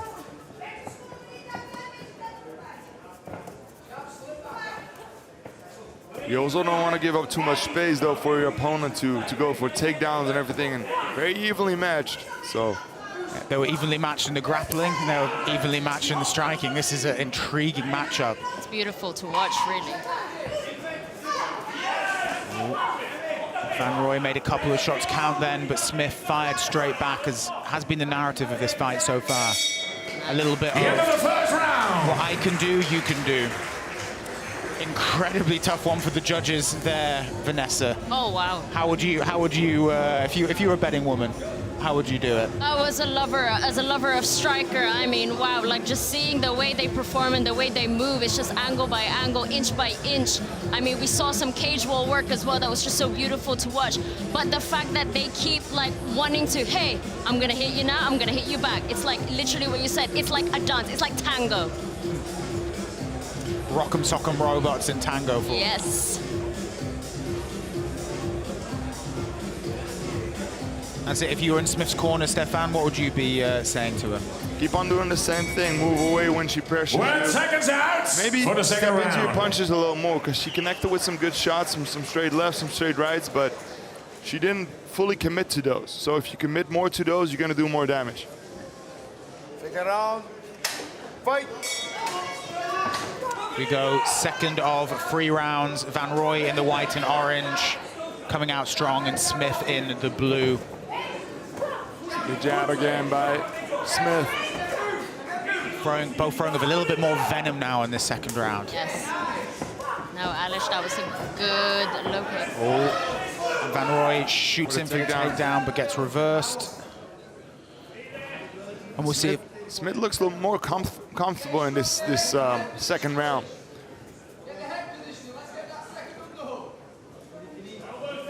Maybe it's a fighting against a hometown fighter. First round, you don't know how it's going to go. Second one, you can relax into it a bit. Yeah, adrenaline dump is gone a little bit in the second round. You felt the power of your opponent, and I think Smith got some confidence from that first round. She had some good moments there. Benita keeps kneeing Smith now, so Smith needs to get away from those knees. Underhook there by Van Rooij. And looking for a judo throw. Oh, nice job. Good job by Smith to keep her leg against the fence, because it looked like Van Rooij was going to lift her up.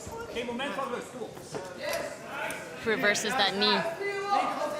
Oh, not a nice Mata! Beautiful. Ends up on top, trying to pass. He's got to be careful for the armbar and the triangle here. Looking for a triangle. Can Van Rooij get the angle? She's a little bit too straight on maybe now. She needs to pull her left foot towards her. Oh, but she's got her arm free. She's got it. Oh, wow, that is tight. She needs to use more angles for that. Smith is trying to get up. Oh, and Van Rooij is throwing some big shots against side of Smith's head. Damn, Benita, girl. Now it's more tight. She can get closer. Now it's locked on the shoulder. Drop back. A lot of pressure to the neck now. This is it, I think. The referee's going to look at this to see if Smith is out. No, Smith is still there. Still working, but Benita van Rooij is very close to another submission win here. Oh, Benita is just electrifying to watch. Okay. Oh, is Smith managing to wriggle out of it? Working hard to create space, working hard to get that pressure off the neck by putting the legs of Van Rooij in a position where it's hard to keep that lock. Benita holding onto that arm. And it looks like Benita's maybe lost the angle on the triangle now, but is looking for the armbar. Oh, nice job by Smith. Excellent job. Beautiful, outstanding. Now Smith is going to pass into side control here. Lovely defensive Smith there. And Van Rooij has spent a lot of energy with her legs trying to finish that triangle choke. Smith back into half guard, but has almost 2 minutes to work in this position. Fun fight, really fun fight so far. Gotta give it to Smith from escaping that. That was so tight. I really thought that was it. It looked like that was going to be the fight over, but Smith has no slack in her whatsoever. So Smith is in full mount now. Positioning, looking to take her back possibly. And this is an ideal spot to throw down some big nice elbows elbow. and fists. I think she heard you, Callum. Oh, that was a big shot. Elbows to the ear of Van Rooij. Oh, knee to the face. And Van Rooij manages to battle her way up. Tough, gutsy work from her there. You've seen Van Rooij in positions like this before, though. She guts it out. She gets out of these hard positions and fights her way back into this fight. Both are really ferocious fighters. Like, honestly, wow. What an inspiration. What a Wonder Woman. Oh, look at this. Airlines. Benita, the airlines. Big takedown and slam there by Benita van Rooij. And she's got to be careful for the armbar here now. It looks like Smith is yanking on it. Getting close here. Difficult to finish in this position. Van Rooij's got her arm out. Fun scrambles in this second round. These are some of my favorite positions to watch in jiu-jitsu and grappling exchanges, where you're not quite in one, you're not quite in the other, you're in this halfway liminal grappling space. Van Rooij looks like she's getting her back. Van Rooij throwing some shots, trying to convince the judges that she has done enough to win this second round. The first round being very close, so really fun fight so far. And a very tough one to score. Maybe the first round was tougher. This one you may be able to give to Van Rooij just because of the closeness of the triangle attempt and the time spent there, but Smith had some really good time on top as well, though. Yeah, and Smith got the takedown, started all of it off. Look at this, here's the triangle. Beautiful job done there by Benita van Rooij. She locked it up, but Smith had to do everything she could possibly do to create space, get out of there. And then that takedown by Van Rooij. 1 second out for the third and Almost final won round by of this submission. Spent a lot of energy. Her opponent got on top. She got back to her feet, and then she slammed her opponent back to the ground. That's what we want to see. That shows that she wasn't too mentally drained by the fact of that loss and is ready to go, but it all hinges on this round. She never is. Like all the fights we've seen from Van Rooij, there's been situations she had her fight her way out of. She's done it every time, and now this might be her biggest challenge yet. Going into a round, and it's unclear whether Van Rooij or Smith is ahead on the scorecards. So each of these fighters have to make it count now.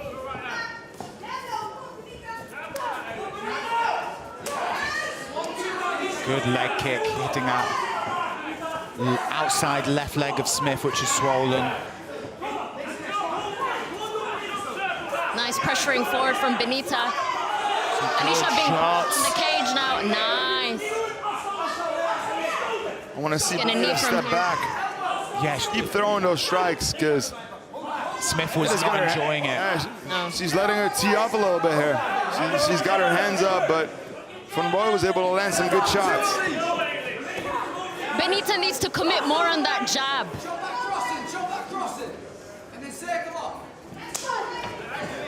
And a low kick from Smith. Checked with a resounding clap. The coach from Van Rooij said that her left hand is very low. There's the high kick. I was waiting for that one. Oh, and into the takedown. Van Rooij's hands are...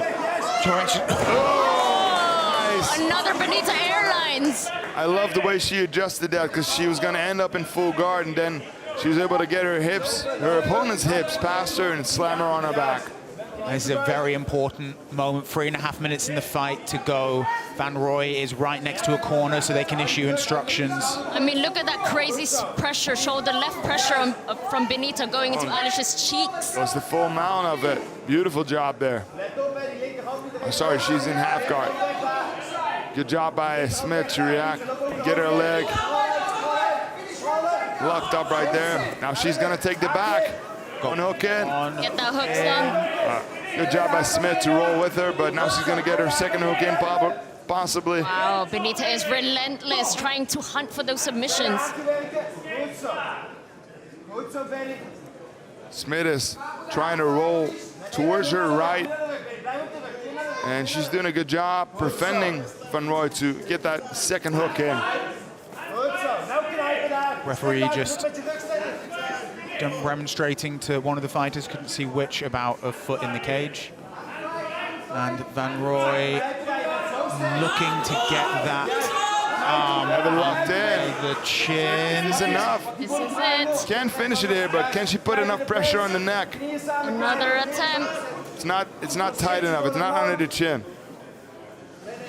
But she's got a lot of time in this round still. Smith is creating space, slowly inching little by little, trying to escape. But that body lock is tight from Benita. It's like a boa constrictor just every time that Smith breathes in, just a little bit tighter, stopping that airflow. And her body is screaming for oxygen, and it's nearly impossible to fully inhale, but now she's out of it, and Benita's going to back to the hooks in. Still hunting for the rear naked. And looking to flatten Smith out and get on the back, but Smith manages to roll and snuffs out that little threat there. There are multiple still in play. Oh, Smith's cleared the arm. Looks like she... Clearing the leg now, too. Yeah, she's doing a good job bringing her hips to the ground, making it really difficult for Van Rooij to stay on her back. What athletes, guys. Wow. It's an incredible fight. High action, high octane. High pace. Smith is trying to get that past that left leg of Van Rooij. Does a great job rolling into her, but her left arm is stuck. And this is tough. This might be a reversal, but nice work from Van Rooij. If Smith can get to a tripod, she ends up on top. There she is. Good pressure, and she's going to end up on top. Beautiful job. There it is. Oh, nice transition from Smith. And now she has 30 seconds left, Smith, to see what she can do.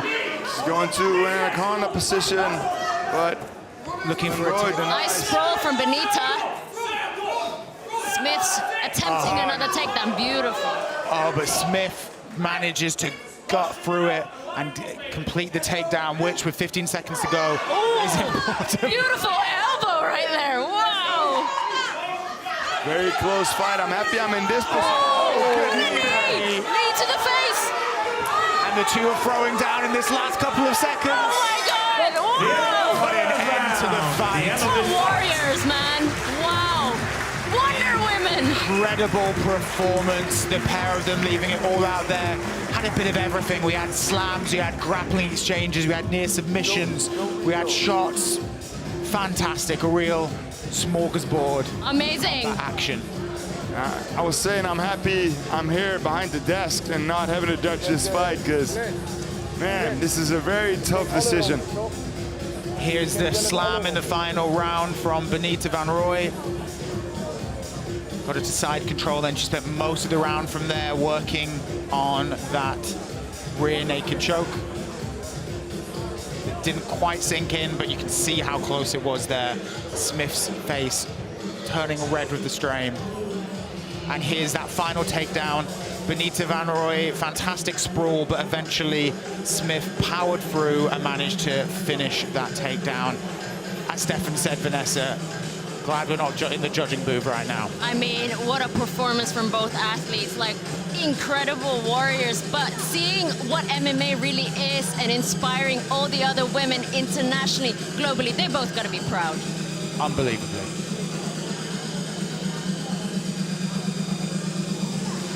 Well, ladies and gentlemen, first of all, a big round of applause for both athletes. Alish Smith, Benita van Rooij. When after 3 rounds of 5 minutes, we've counted the points. And the winner of this fight by unanimous decision is the lady in the red corner, Benita van Rooij.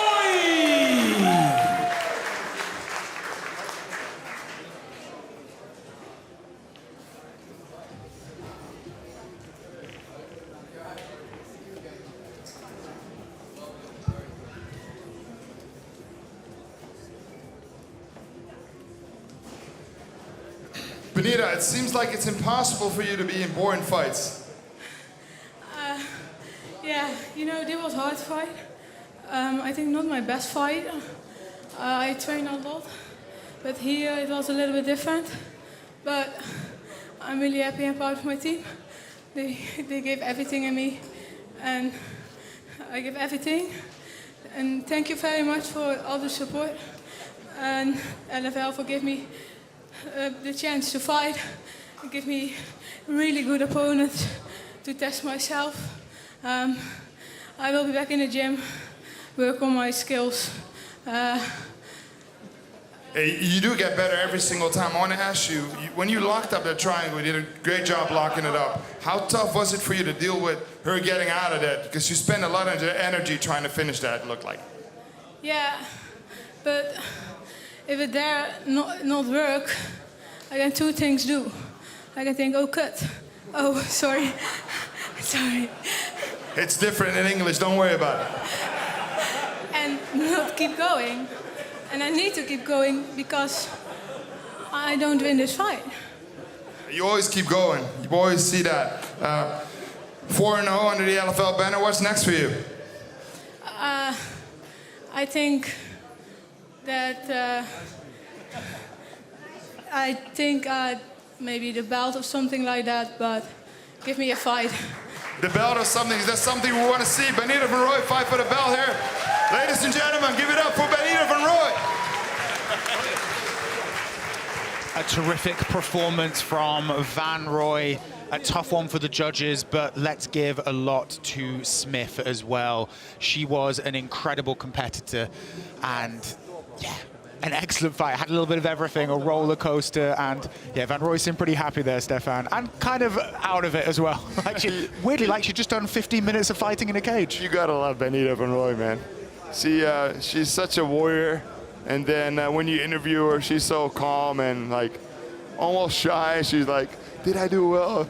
You kicked ass. You looked awesome." I know, she's so kind. I feel like there's like a split personality. Like when she's on the cage, she's this ferocious beast. I'm happy she's not like that when I interview her. That's good. You've got to have a nice balance in there somewhere. Well, now, ladies and gentlemen, we go to the heavyweights. Fighting out of the blue corner, Luke Newland. Here we go. It's the big boys are back in the building. Luke Newland started boxing as a kid, began BJJ at 21, and then transitioned to MMA from there. Quite a common move, it seems, these days, but you know, let's not. This Luke Newland is a top quality heavyweight. He recently won Rage UK Championship in a round 1 KO, and all but one of his pro fights, of which there are 4 of them, have been finished in that same round. So, Stefan, this is someone who likes to end fights early. Yeah, he sure does, and his opponent does too. So don't blink. This is going to be a banger, and I'm kind of happy that we are. You know, it's time for the heavyweights, because I'm looking like a behemoth every single time I go in there. It's like I'm from a different planet. All these bantamweights and flyweights, and I'm like, come on, give me a couple of heavyweights. And now we got 3 heavyweight fights coming up, so we're good. That's it. You're going to not have to worry about it. Just say it's perspective. It's camera's perspective. It's trickery. That's all it is. Yeah, 4-0, 3 finishes. He always comes to finish. He hunts the finish, and he does a great job with that. Very fun fighter to watch. Another very big prospect under the NFL banner. Well, then his opponent fighting out of the red corner, Shah Kamali. Shah Kamali is one of LFL's talent pathways. He turned pro on this card, and all 3 of his pro MMA fights have been with LFL, 10, 11, and 13, all won in round 1. He was ranked at #1 at the World Heavyweight Amateur, or something else he won in a finish. He's teammates with Mario Pinto, who was the previous LFL Heavyweight Champion, and is now in the UFC. And yeah, Shah Kamali is a scary, powerful, aggressive fighter. And I think watching these two is going to be like watching 2 rocks career into each other. I like that. I like hearing that. And he comes from a great team, as you say. In his corner, Stuart Austin, arguably the only fighter who's got a real win over Tom Aspinall. I mean, when you have that kind of experience in your corner and you train with Mario Pinto, that shows that every single day you're in the right environment to really get better. Exactly, they're just such a lethal team, and I'm so excited to watch this, guys. That makes 3 of us, and everyone at home, and everyone in the audience, I think.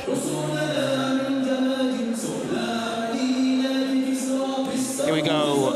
Shah Kamali, 3 years younger than his opponent. They've got same height, and Shah Kamali has a 3 centimeter reach advantage.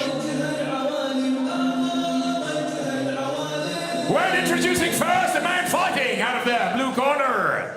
29 years old, stands in at 6 feet 3 inches, 190 centimeters, 107.9 kilograms, from England. He's representing Impact Gym Bristol. 4 professional fights on his record, 4 victories. Ladies and gentlemen, Luke Newland.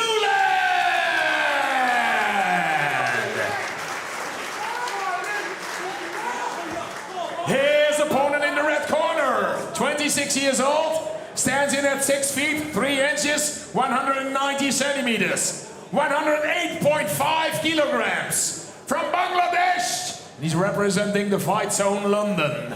3 fights on his record, 3 victories. Shah Kamali! Well, this LFL fight in the heavyweight division is scheduled 3 rounds of 5 minutes. The referee is Mr. Niels Bursken. Okay, gentlemen, you don't know the rules, make it a good and clean fight. Shake hands. Oh, step back. Here we go. I'm on the edge of my seat. Kamali in the white trunks, Newland in the blue. Don't blink, people. These are big, brave, strong boys. I like what Niels Bursken said. You guys know the rules. Make it a fun, active fight. Don't worry about that, Niels. A pair of them just easing each other out here. Power is such a big thing in the heavyweight division. It only takes 1. Man, Kamali's like coming out so explosive. Big, brave, strong boys. Nice! Oh! Beautiful kick. Kamali took Nuland down, then Nuland reversed it and got Kamali on the floor. And this is where Kamali doesn't really want to be. He doesn't want that strength eked out of him in these grappling exchanges. He ends up on the bottom, but he showed in his previous fight that he knows how to get out of these positions. And with Stuart Austin in his corner, you know that he's in these positions a lot in the gym. So stay calm. Don't let Nuland get your hips from underneath you and work your way up back to your feet. Did you know that Kamali had a pro boxing fight in Bangladesh and won as a draw? Interesting. Shows something how he views his hands. Okay, referee Niels Burkham is looking to get the fighter standing up, which is probably good for the audience. Good job by Kamali, create some space. He's gonna get back to his feet here. And he's gonna apply pressure to the hands. Good pressure from Nuland. He's got his hands locked here. Can he do something with the single leg? And they're both as heavy as each other within a kilogram or so. Oh, so explosive. Oh, nice 1-2 there by Nuland. Nice. And Kamali's going to be looking for one of his own in a second. Nice lat low kick again. Kamali's got a lot of power, but Nuland's doing a good job staying away from that power so far.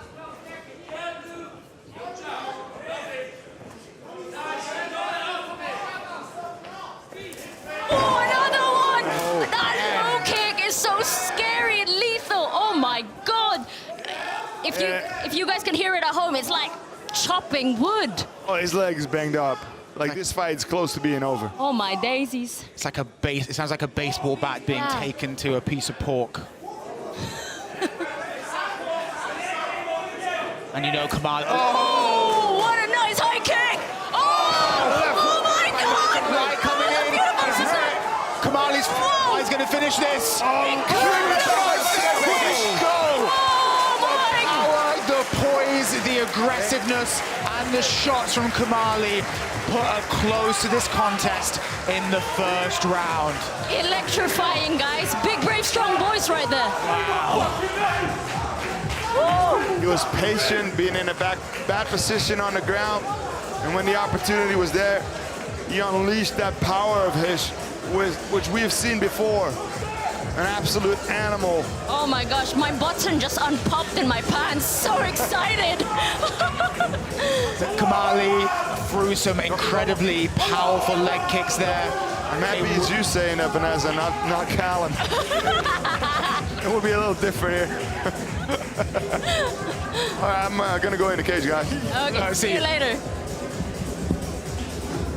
Here we go. So Kamali threw some very powerful leg kicks that took Nuland off his feet.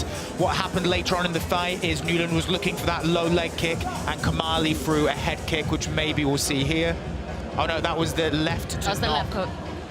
Which knocked Nuland down, and these are the big shots. This is where Kamali is deadly, where they're on the floor, there's chaos, and he's just swanging and banging these unbelievably powerful haymakers. Oh my God, Callum, he's just a round one finisher. Like, I've never seen him go to round two. I don't think he's ever been to a round two in an MMA fight. Deadly, deadly. And Nuland still getting a little bit of treatment here. But the fight announcement should be coming up soon, but we've just got the medical team, of course, just making sure Sutherland is okay. Yes, first of all, ladies and gentlemen, a big round of applause, of course, for both fighters, Luke Newland and Shah Kamali.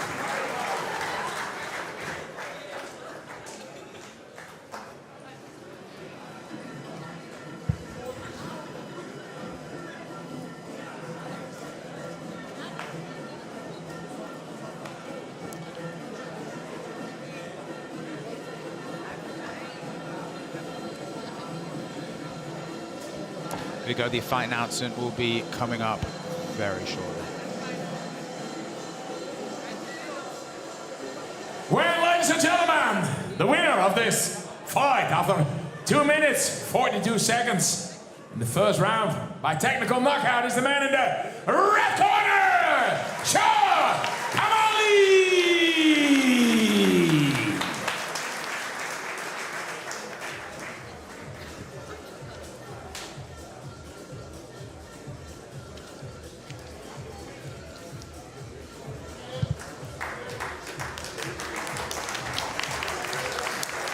Shah Kamali, power is such an important thing in this division, and you have plenty of it. Yeah, man. Why do you think they call me Triple B? That's 10 first-round finishes in a row. Name me one other heavyweight since I've made my amateur debut. I've had 10 fights in the last 3 years. 10 first-round finishes. When is there going to be someone who can take me to the second round? Yeah? I've absorbed less shots than I've had fights. Yeah? It's not a joke. Yeah, remember the name, Triple B. Let's go. It's not a joke for sure. Your leg kick was the start of the finish. You took him down. He stayed on the ground. When you saw him there, did you know the fight was over? I knew it. Those leg kicks were really hard. Like, I've been working on them a lot. Just bashing up his leg. I'm watching it right now. You know, I'm just even when he's on the ground, I'm hitting him on the legs. You know, there's no rest period with me. And for me watching, like, he was orthodox, then he switched to southpaw, then you went high with the head kick.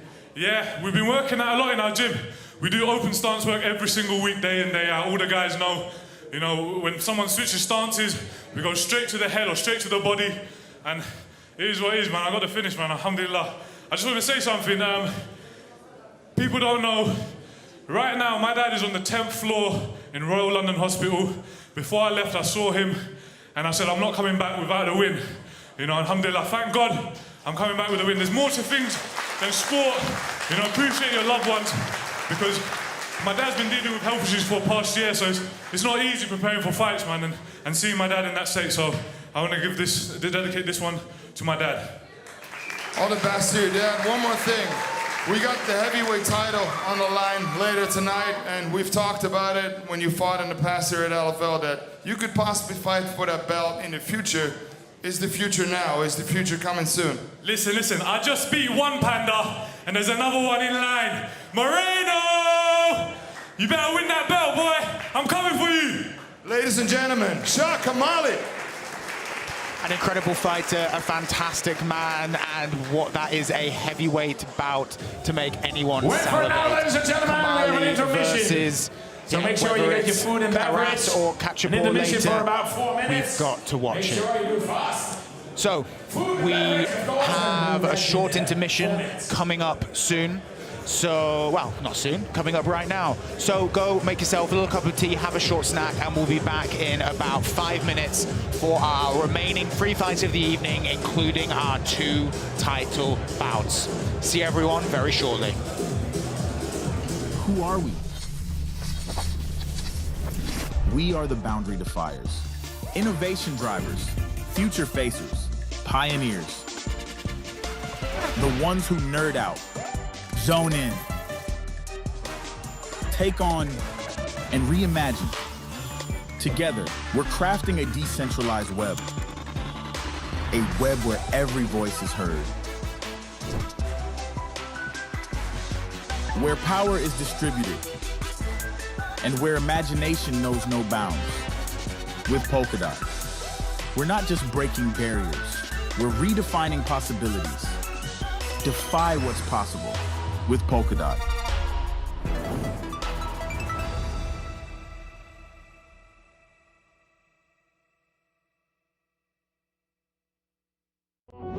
Real surprising. I'm Melvin van Suijdam. I'm the welterweight champion on LFL. Watch me fight live on 8th of December on Viaplay. Make sure that you get your tickets.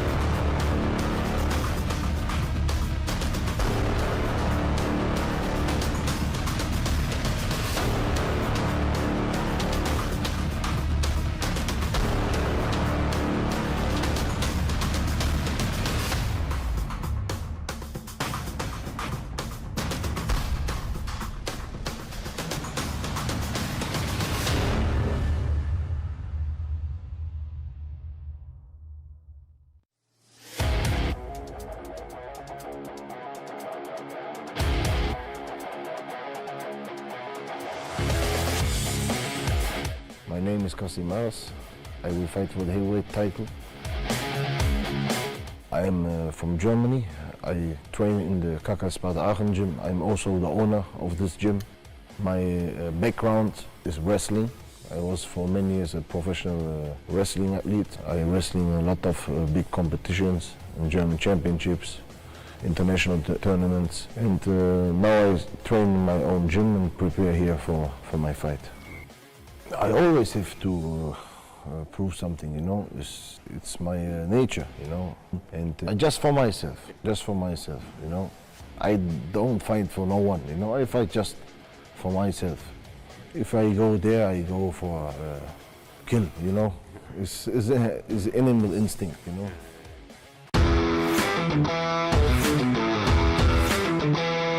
I'm LFL heavyweight title contender Kasim Aras. Watch my fight live in Amsterdam 8 only on Viaplay.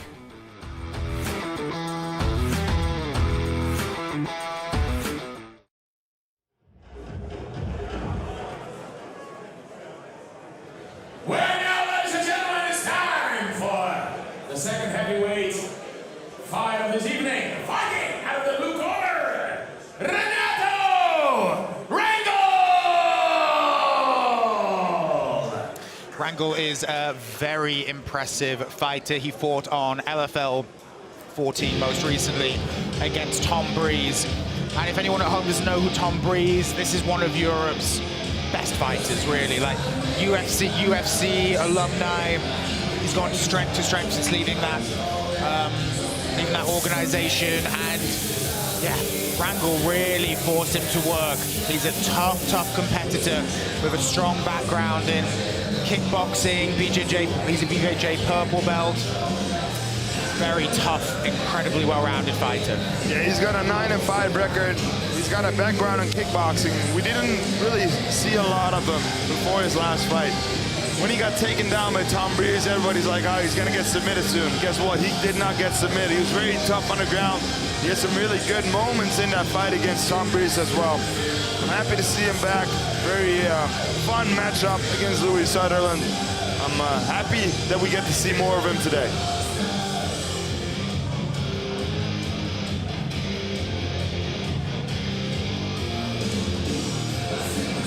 He's also a chef by trade, so let's see if he can cook us up a little something special in the cage this evening. Well, now here's the opponent fighting out of the red corner, Louie Sutherland! So Louie Sutherland is a top-class athlete. He's a former pro rugby player. He actually played for the Scottish national team before deciding to pursue MMA in general. He fought in LFL 9, and I think all of us watching were taken aback by just how athletic he is. You know, this is a big, strong, massive lad, but he moves like someone 20, 30 kilograms lighter than him. So, yeah, all of Sutherland's wins have come via finishes. So, I think we've got a pretty high chance of a finish happening in this round. Maybe not as much as Shah Kamali before. There's a chance we're going to see a little bit more wrestling and back and forth, but it's bound to be an exciting one. And two very skilled heavyweights. And as you say, Callum, he's deceivingly quick, explosive. He's got that rugby background. 5 wins coming in the first round. The Vanilla Gorilla. Fantastic nickname. He earns that nickname.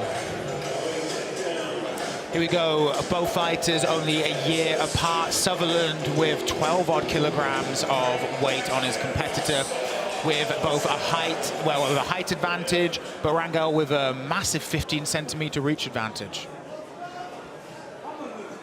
When introducing first the man fighting out of the blue corner, 31 years old, stands in at 6 feet, 183 centimeters, 107.8 kilograms, and he's from Brazil. He's representing Nova União. 14 fights on his record, 9 victories, 5 defeats. Ladies and gentlemen, the king, Renato Rangel!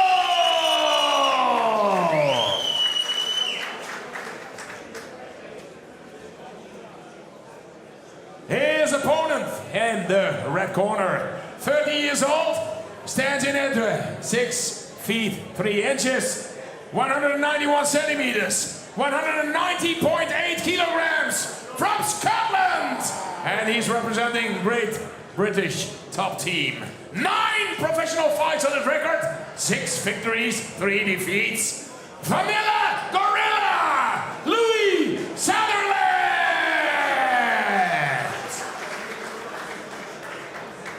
When this LFL fight in the heavyweight division is scheduled, 3 rounds of 5 minutes. When the referee, this fight is Mr. Daniel Sharifi. Here we go, our penultimate fight before the 2 title fights.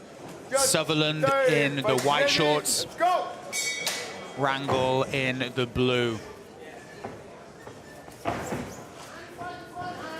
I'm excited to see the explosivity in both these guys. I mean, look at that swift footwork. They're moving like ballerinas at their weight. It's a good job blocking that kick by Sutherland. Rangel's got a really good left kick, but he blocked that before he could get powerful with it. Good leg kick there by Sutherland. Nice little 1-2 from Sutherland there. Just trying to keep Rangel honest. Ooh, nice high kick. And Sutherland's eyes darted down to the leg of Rangel before throwing that high kick, just to try and put his opponent off balance. Oh, there's the nice takedown. There's that rugby background of Sutherland coming into play. Yeah, you could see the grittiness and the force. This is where the extra weight of Sutherland, who's got about 12 kilograms on top of Rangel in terms of weight here, is where Sutherland's really going to try and make Rangel work and just lean on him, put that pressure and just wear him out. Yeah, this is exactly what he needs to be doing. And also, at this moment in the fight, it's investing in the rest of your fight, because it's going to tire Rangel out towards the 2nd and 3rd round. Nice job there by Sutherland. Oh, and some big shots there. Ate them like it's dessert.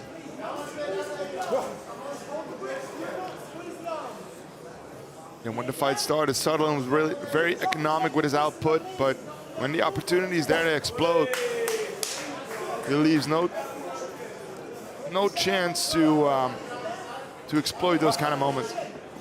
And Rangel already breathing with his mouth open a little bit. Not what you want to be seeing if you're in his corner at 2 minutes into this fight. Looking at the referee like he wants to say, hey, he's not really doing so much. Get this big guy off of me. Please, let's go to the center a little bit. Let me go. And Sutherland's just bear hugging him. Effortlessly. Carry his weight. Or try to trip him, yeah. Nice. High kick. And another one, 1-for-1.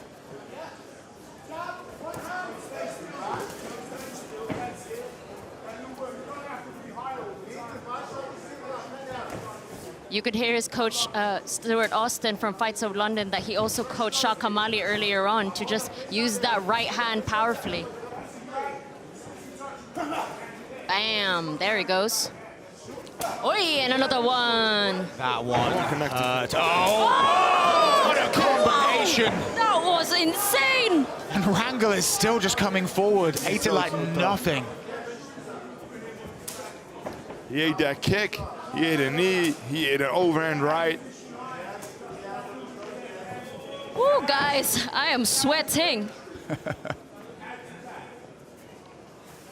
It's a good long jab there by Rangel. That's what he needs to be doing. And another one. With that reach advantage of his. Really whipped Sutherland's head back. And that will just stop Sutherland coming forward, stop him crowding and trying to use that weight advantage. It's a good fake there with the kick, and then he threw the left. Oh, some more big rights. Strong right. That's what his coach, Stuart Austin, was telling him to commit to those right shots. Explosive shots. And now Rangel's where he doesn't want to be, with a 120-odd kilogram man just resting his full weight against him. Nice inside trip from Sutherland.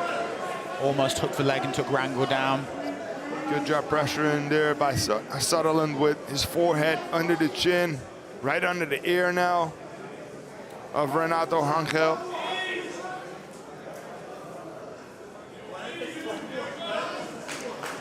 Some nasty knees to that thigh of Rangel from Sutherland. I'd like to see Sutherland drop down and work for the legs of Rangel.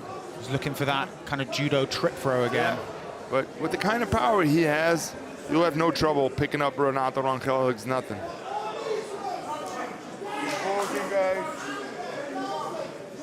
You can see Rangel's left leg is in pain because whenever Sutherland looks like he's going to throw a knee, Rangel is just lifting that leg up to try and stop it.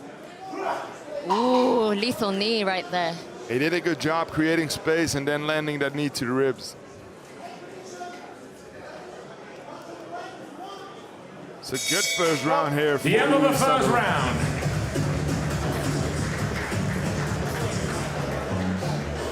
Yeah, the voting man would have to put that Sutherland's way, Vanessa. Man, they were like bombs, man. Both of them just so explosive. I mean, but moving like tiny ballerinas. How do they do that? Here we see the takedown from Sutherland, some big shots coming in. And that was the story of this round in a sense, that pressure against the side. But here I believe we'll see some of those right hands coming in. Oh, there's that combination. Rangel actually dodged a lot of those, few of them landed cleanly.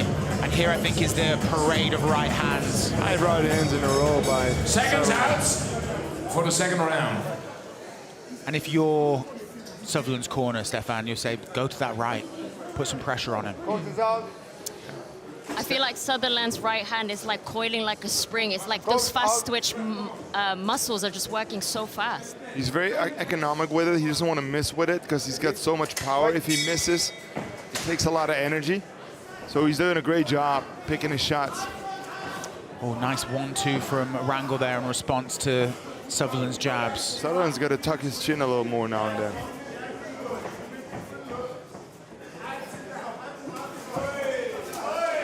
Goes high again with the right leg. Rangel fighting southpaw.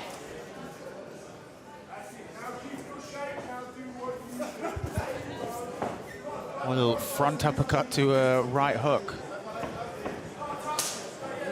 The left kick again by Rangel. He's got a lot of power and he's got to time it a little better though.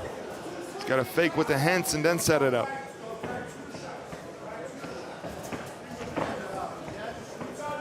And both fighters generally throwing 1 or 2. Oh, now he goes nice. Right away. Takes him down right away. Steps over the legs, and we've seen how tough Rangel is. If Tom Breeze can't submit you in 3 rounds with a lot of top control time, it says a lot. We're training at Nova União, of course. They don't just send out fighters to fight without the right luggage. No. They're going to have every eventuality packed in that suitcase of theirs. The way Sutherland hunts for those double leg takedowns is almost like he's back in his pro rugby days, right? Just like charges forward. Oh! Huge right. Now it's Rangel taking it back, but controlling Sutherland in this position is going to be very difficult.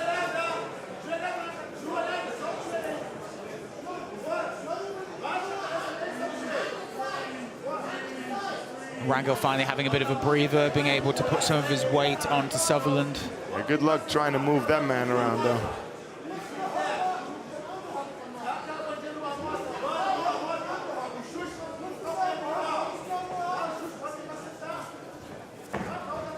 Does his best job, though, Rangel. Yeah. Sutherland's leaning up against the fence, so always weight is towards his right. And Rangel's trying to drag him off, and Sutherland spins. Now he's in a much better position. Rangel is in that 50-50 position now.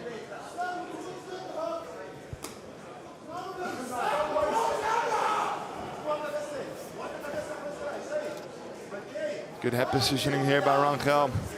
Really good job done there by Sutherland to move out of the way, get his hips to the left. Two of these behemoths pouring at each other a bit there. Rangel just like nodded and like, yeah, let's go.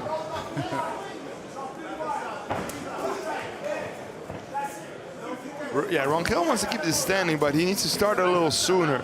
He can't just let Louie Sutherland get close to him. So he needs to start from a distance where Louie Sutherland can't reach him, but he can reach Sutherland, if that makes sense.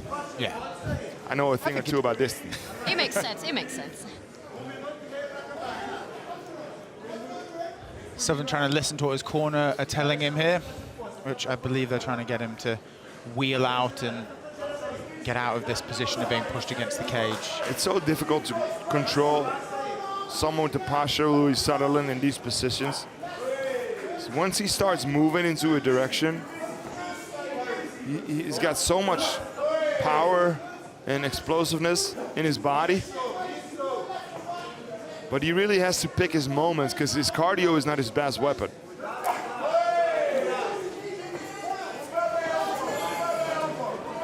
So the few moments we've seen Louie Sutherland be dangerous, he was throwing 100%, and he's got to be economic, and he's doing so.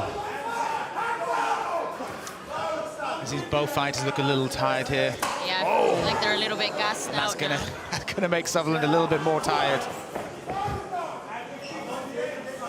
Do you see him leaning back on that cross, just wanting to just like emphatically give that big cross? I got a feeling we're gonna see. There you go! Big right hand there by Louie Sutherland. And Rangel doesn't look bothered by it at all. He's edging him on. 10 seconds left in this round. I was just gonna say, it's a matter of time before we see Rangel go high. Oh, that was a little bit of a stanky leg. We're at the end of the second round. Potentially Rangel saved by the bell, but he was wobbly legs for a little bit. He was. But walking, how much of it's showmanship, gamesmanship, whatever you want to call it, but Rangel's walk over to his corner was very calm, very relaxed. Let's see if we get some of these big shots on the replay. He knows how to stay calm in bad positions because his third round against Tom Breeze was arguably his best round.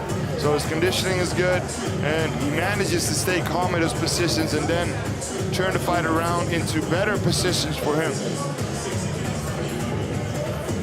And I think his corner is going to tell him that Louie Sutherland is absolutely exhausted. And he needs to push the pace.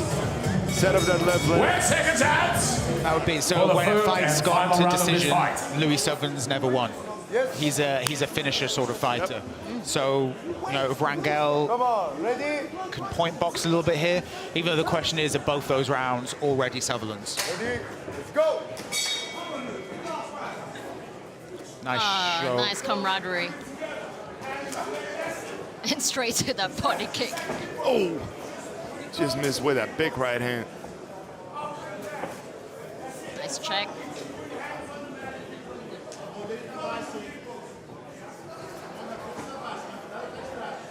Both guys looking for the opening, and Sutherland's hands are very low against a good kicker like Rangel. He's got to be careful with that. Oh, there's that dangerous right hand again from Sutherland. If Rangel fakes low and goes high, he could really connect with that left leg. Boom. Sutherland does look a little bit tired. Some of those shots are getting a little sloppy. And even Vanessa, you mentioned earlier that, you know, that Sutherland charges in like a rugby player, and even that last little takedown was a little bit lackluster. Yeah. Not the cage. I mean, he does start off really strong, both athletes, so explosive, but I want to see a big knockout.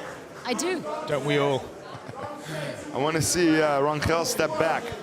Use that head positioning he's doing to get his arms out, create distance, because he doesn't want to be here with Louie Sutherland.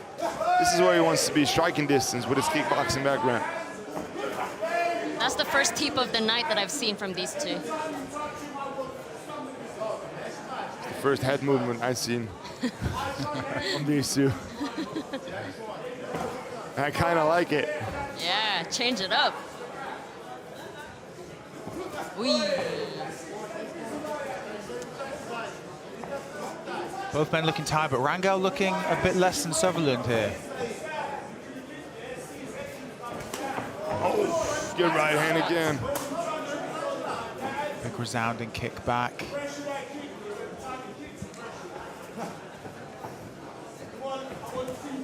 I want to see Rangel work a little more, because I'm not sure if he lost both rounds, but he definitely lost one. So he definitely wants to win this round, but arguably he needs to finish. So I want to see a little more work out of Renato Rangel. Sutherland, of course, will do whatever he can to continue this smothering, slow approach. Some big shots coming in. Connected again with a right hand and a left hand after that knee. Rangel looks unbothered with these shots.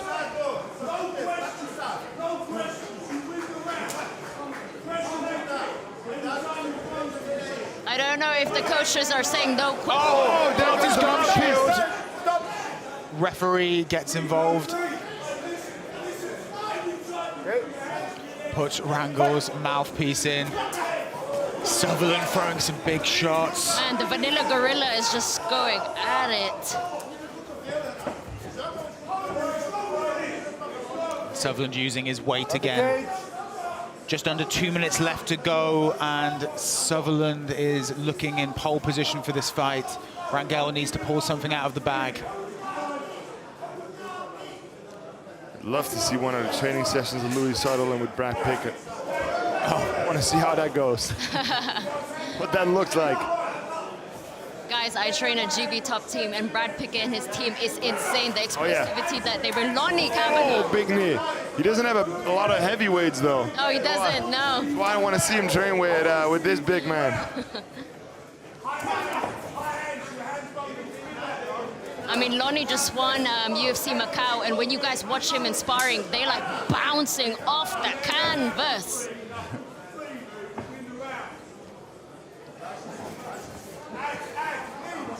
Both guys very tired, looking for the openings. Good body kick there by Sutherland. Under a minute left. Renato really needs something to take this fight away, and Sutherland still headhunting himself.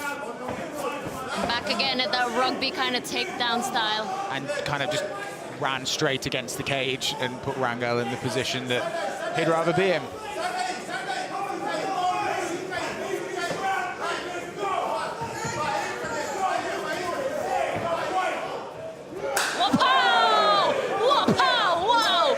Power.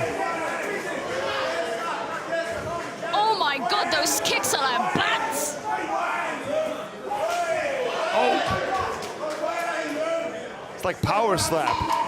It's like hitting each other, and then they're looking at each other. It's like, go down, go down. Why won't you fall? We're at the end of the third round. The end of this fight.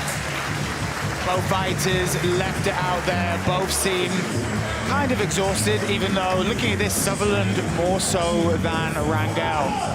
Close one. Here we go, some highlights from that round. There's a mouthpiece being flung out by a blow from Rangel. A whipping elbow and left hook coming in. But probably Sutherland did just about enough damage to take this on the judges' scorecards, but close fight, Vanessa. Very close fight. I'm just so impressed. I think this has to be the first heavyweight fight that I've seen these men just fly like ballerinas.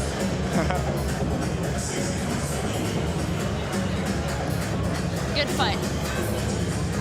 Entertaining, the pair of them. Unbelievably tough, like each of them ate some pretty large shots. What warriors, what gladiators, eh? A nice show of respect from the pair of them there as well.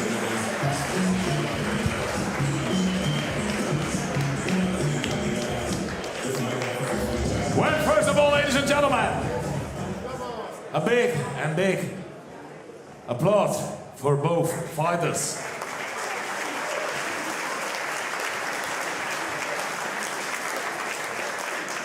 When after 3 rounds of heavyweight action, we have a winner. By unanimous decision in favor of the man in the red corner, the Vanilla Gorilla, Louie Sutherland.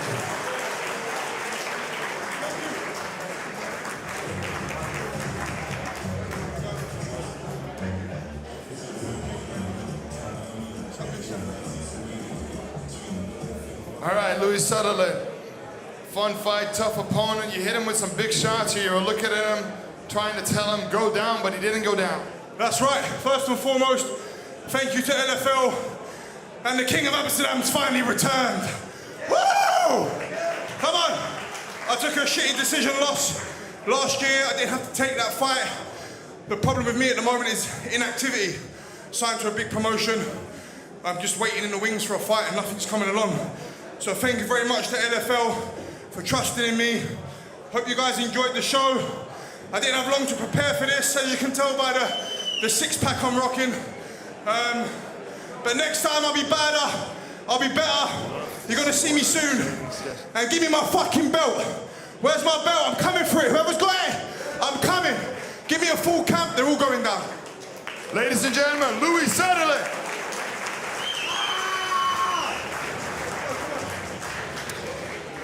Fantastic and strong words from Louie Sutherland there.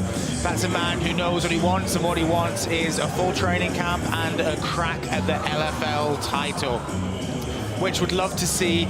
I mean, Shah Kamali's got to be in line next, but he's a man I'd love to see go against Shah Kamali at some point. It's always good when you don't have to ask them a lot of questions after the fight, when they have their words ready for you. Yeah, and you're just a conduit there to flow out. There you go, ladies and gentlemen, Louie Sutherland. We have a short intermission coming up now, but then we'll be back very soon for our co-main and main event, where the welterweight and heavyweight titles are going to be on the line. See everyone shortly.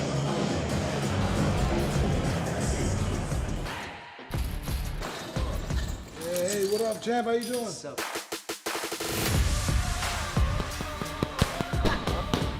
Yeah, there we go. I love it. Beat up your brother. Let's go. Get it, get it, get it. You gotta win. Come on, harder, harder. Come on. Hands are good and fast. We're ready to go. We gotta get this win. Let's go. Big knockout to open the card tonight. Wow. Dances with the devil. Your power isn't special. We don't fit on your canvas. We burn it all to ashes. We are the outlaws. Right out, second fight, second round. This kid has got some serious power. Referee almost finished it. Referee was moving in to finish it.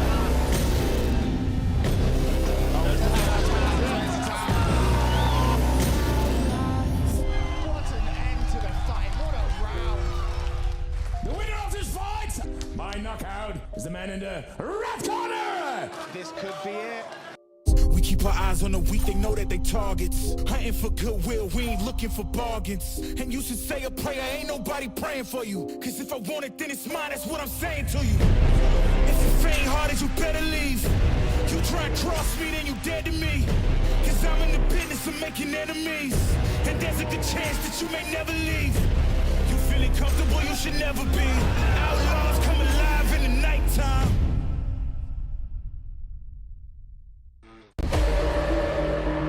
I'm Andreeas Binder, and I'm fighting in the welterweight division, challenging Melvin for his welterweight title. I'm Melvin van Suijdam, and I'm the welterweight champion of LFL. I started judo when I was 7 years of age, then I transitioned to kickboxing and boxing, and the rest is history. I can violently hurt people in the cage without getting arrested.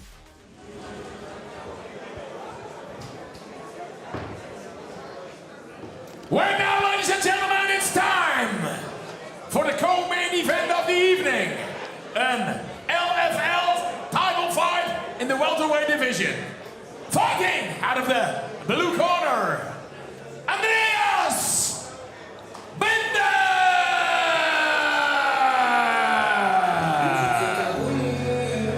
Andreeas Binder, he is one of the fighters that's growing with LFL as our organization improves improves, so does Andreeas Binder. I mean, this is a guy who fought way back in LFL 8, had an absolute banger in LFL 9 against Aiden Lee, fought on LFL 12 a rear naked choke. He's just been getting better and better and better. In fact, he was the, before last night, he was the first person to have beaten him, Gary. Yep. Yeah, it's always fun to watch. There's always something happening when this man fights. He's supposed to fight for PFL last year. He had some issues with his weight though. He came back here. Now he's gonna challenge for the title against Melvin van Suijdam, which I think is an excellent fight. His last fight against Victor Cuckoo in April this year was excellent to watch. Really fun back and forth fight where he scored the rear naked choke in the 3rd round. And then his fight with Chris Stringer, maybe my favorite fight. And that says something when he's also got that Aiden Lee fight in 2023. But that Chris Stringer fight, man. That was a back and forth war. 84 rounds of war. He's a very big prospect still. Yeah, and still only 28 years old. Yep. Got a lot of his, probably about entering his prime now. And got a good few years to move up, and he's already got an impressive body of work behind him. So a welterweight title, if this is what he gets, then sky's the limit for Andreeas Binder.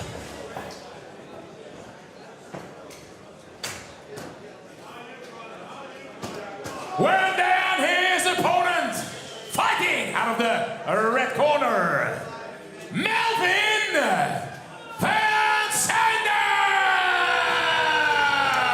So Suijdam is one of our earliest champs at LFL. He won the welterweight belt back at LFL 6. He beat Liam Etterbar. And Suijdam is an all-rounded fighter, but he's a grappler really by specialization. This is a man with a judo and BJJ black belt. He's competed on the national international stage. But, you know, that's not to say his stand-up game's a joke. This is someone who's trains with Musasi, who's got lots of kickboxing experience, who's won a title in World Fighting League. Suijdam is a proper savvy veteran, Vanessa. I mean, he's known for his complexity in both his stand-up and his ground game, so I'm excited to see what surprises he'll have before Christmas. Here we go, Suijdam, 8 years older than Binder, 2 centimeters shorter, and gives up 4 centimeters of reach to the Irishman. We're introducing first the man fighting out of the blue corner. 28 years old, stands in at 6 feet, 182 centimeters, 77.2 kilograms from Ireland. And he's representing SPG Charlestown with 11 fights on his record, 9 victories and 2 defeats. Ladies and gentlemen, the challenger, Andreeas Binder!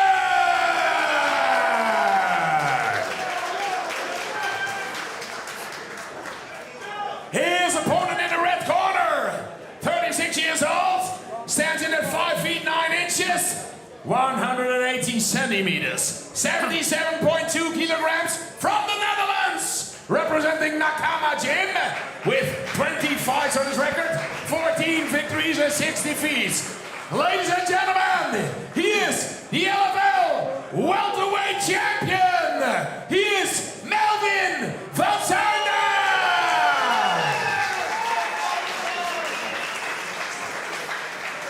When this LFL title fight in the welterweight division is scheduled 5 rounds of 5 minutes, when the referee is Mr. Niels Bursken.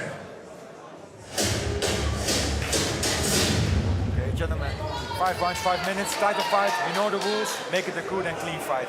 Shake hands. Rooij. Chat, I am excited. Here we go for the welterweight title of LFL. Suijdam versus Binder. Okay, fight is ready. I can't wait for this fight. I'm itching. Youth versus experience, judo versus judo. Okay, we have Binder in the blue trunks, Suijdam in the white. Binder moves so well. Oh, lifting that. Binder lifting that leg and whipping his round. Man, Binder is so bouncy. Look at him, so relaxed, composed. Good timing on those leg kicks there from Suijdam.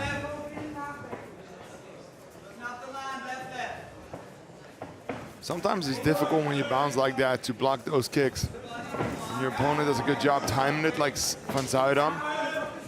It's 4 in a row now, 5 that Van Suijdam has landed. Yeah, Suijdam's obviously got that as a tactic, just chop up those legs. It's good left hook there by Melvin van Suijdam. Nice. Suijdam chasing Binder down a little bit at the minute. And already on Binder's left leg, there's a lot of deep red swelling just above that knee. This is what happens when you don't block those kicks. I don't know what it is, but Melvin looks way younger. Is it the haircut? His haircut looks good. Lots of cream and lotions, I think.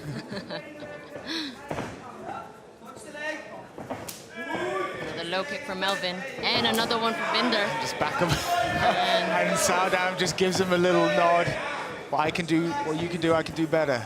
The leg kicks are a major part of the game plan of Melvin van Suijdam. We can see that by now. He's done his job, he's watched the tape, done everything he needed to do to prepare himself. Good body kick there by Andreeas Binder. Binder's like taunting his prey right now. Oh! Big shot from Binder! Beautiful. Oh my God, that was explosive. Unbelievable. And Suijdam trying to recover, trying to get that leg. A right hook from the stratosphere from Binder. Solid decision. But Suijdam smiling. He was in front headlock position, but decided that he wants to pursue the fight on the feet. Man, they're just enjoying the fights, man. I'm smiling.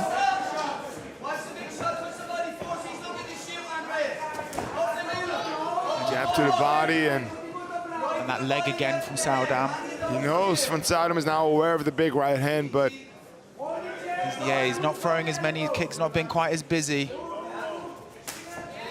And that gives Binder a chance to respond, but the leg kick, but Suijdam gives him one right back. Blocking those leg kicks is an issue Binder really needs to address, though. You cannot just take those.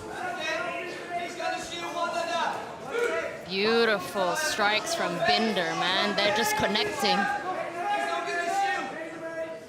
Van Suijdam is showing him the uppercut, showing him the left, but... Nice 2 jabs there from Suijdam. Great head movement by Binder, though. Look at the way Binder moves his shoulders, like up, down, like a dance. Oh! Nice shoot from Suijdam. Suijdam grabs a hold of him, but Binder turns him around and now got Van Suijdam up against the fence. Really fun fight so far. Minute and a half left in the round. Man, that's a co-main. LFL, you already know your matchups. You know what the great thing is? It's only getting better from now on. Such a great job has been done in these first 3 years of LFL. Such a strong foundation has been built. All through Europe, fighters know about this spot now. People have been signed to the UFC. We've crowned champions. We've grown so much homegrown talent already. Such a cool thing to be a witness of. And it's just swelling, growing all the time. More amateurs coming in, more amateurs fighting, moving to pro, moving to bigger organizations. People hungering for the belts. Like these two, you know, that Binder and Suijdam both know how much this means.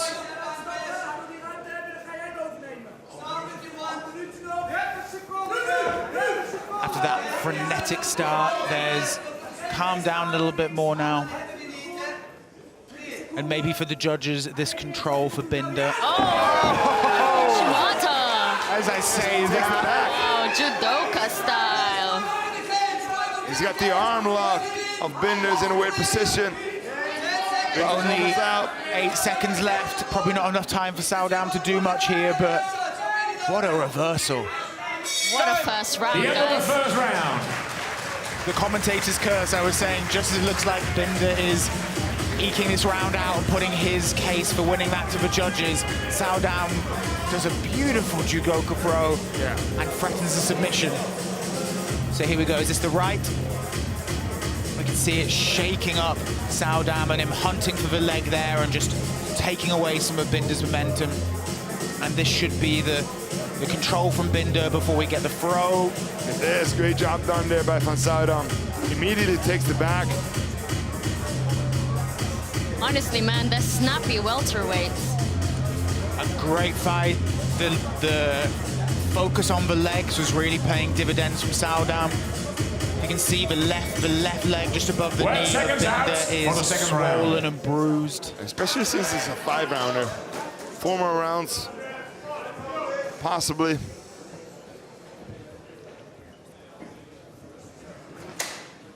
But Suijdam needs to be careful of the power of Binder as well. Binder has got to address blocking those leg kicks. You cannot just take those.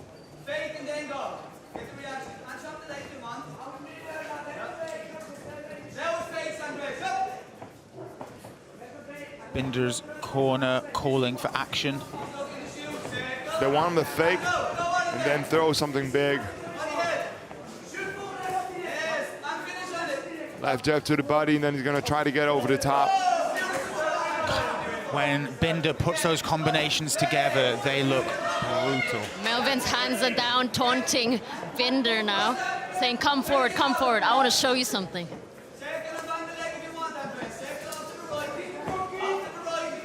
And at some point as well, there's been a cut to Binder's left knee. Don't know if that was from a kick or just from action on the floor. 1-for-1. And Suijdam still just tagging that left leg of Binder's. No! That left hand of Binder, man! Snappy. I've balanced him. Oh! Just missed with the right hand. Huge right. Binder is starting to calculate and get some of Suijdam's striking numbers, but now we have this grappling exchange again. Suijdam's got a body lock, but he's got to be very careful here because Andreeas Binder also has got good judo throws.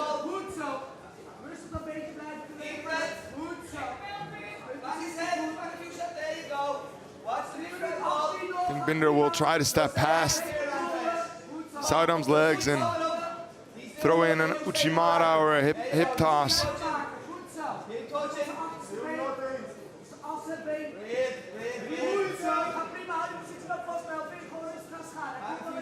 Good head positioning here by Melvin van Suijdam.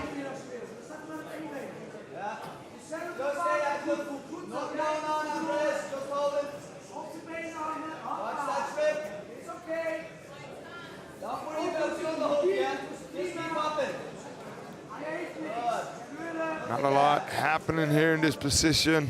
Wonder if the referee will get involved, but they are still throwing some strikes. But oh, beautiful!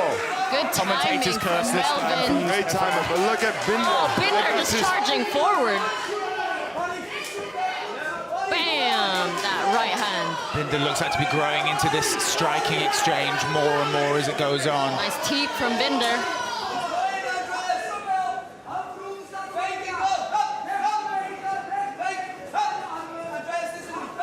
Feels like Binder is gonna land that right hand soon. Seconds, probably. Oh! There it is! Seconds! Ground and pound! The new welterweight champion at LFL, and the finish is Andreeas Binder. Wow! An unbelievable right hand, feeling inevitable like the tides. Andreeas Binder just warming his striking up into that fight, and as Stefan said, unleashed a right hand that put Suijdam down. Put him to sleep. Wow. An excellent battle, and brilliant to see these two men showing each other respect after a really wonderful war. Here's that right. And from that point, when Suijdam was down, it was elementary for Binder to finish. Brutal ground and pound as well. Those huge swinging haymakers just rolling around. Very tough. But congratulations to our new welterweight champion, Andreeas Binder. The crowd goes nuts here. I mean, most of his fans, did you know that they flew from Ireland, and with the storm coming in, there's about 20 of them coming in, and like, you can hear it. You can hear the vibrations. I'm not surprised, motherfuckers. Not surprised. You can't get much better than Irish fans. Nope. Oh, it's 45 minutes. And hopefully we will see Binder back in the cage again soon to defend his belt. And Suijdam, what an incredible fighter to watch. So fun, so loose, unorthodox, experimenting. It's a real joy to see. But Binder is the new blood, and he is the new LFL welterweight champion. Let's head to the judges now to get this. When fighters to the center of the ring, please. First of all, ladies and gentlemen, a big round of applause for both fighters. Andreeas Binder, Melvin van Suijdam.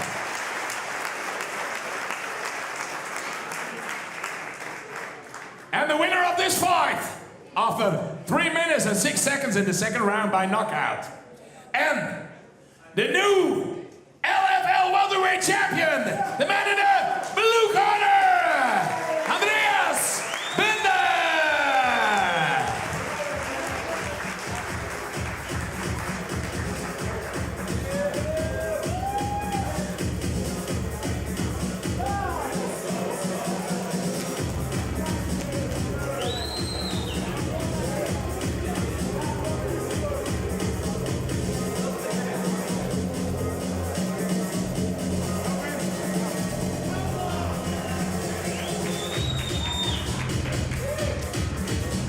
Andreeas Binder just celebrating his champ status while we wait for an interview with him.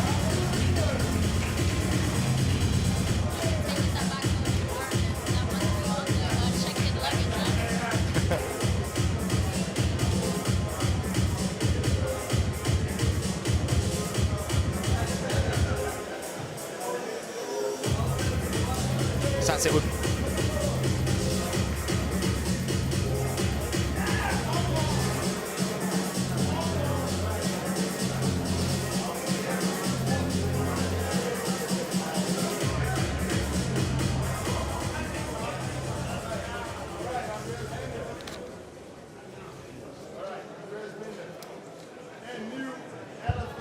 Welterweight champion. How does that feel, my man?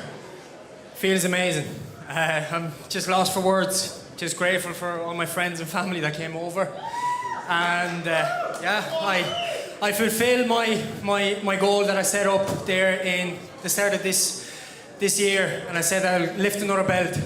And now I can proudly say I'm the LFL lightweight and welterweight champion. So I'm just blessed. Let's see, I want to see the replay. You heard him in the first round with that big right hand. Then you were being very patient and hunting that in the second round. But you really took your time and you waited for the right moment. Yeah, look, I said it from the start. I really respect Melvin, and I have nothing but respect for him. And he's, like I said, he's a veteran of this game, a Dutch hometown hero. And there was no point of rushing anything because he said it. He's very experienced, and I knew that, and I didn't want to underestimate anything. And when I seen the shot, I landed it. I knew it landed in the first round, and I just found the opening again in the second and third, and that's it. It's finished. Yeah, second round, yeah. Second round it was. LFL lightweight champ, LFL welterweight champ. What's the plan? You want to defend both those belts? How soon do you want to get back in there? I want to get back in there ASAP. I want to have a busy 2025. So we're going to sit down with the team after this, actually enjoy Christmas with the friends and family, because I've been pushing everyone away since April. And yeah, we'll see what happens. Like I said, the doors are open for us, so we'll see what happens. We can't wait to see what happens. Go enjoy Christmas. LFL lightweight champ, LFL welterweight champ, ladies and gentlemen, Andreeas Binder.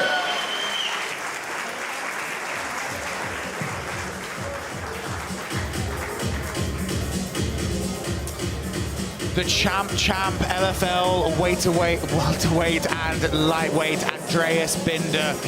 Incredible performance there from the man, and now I just want to see him defend some of these fights.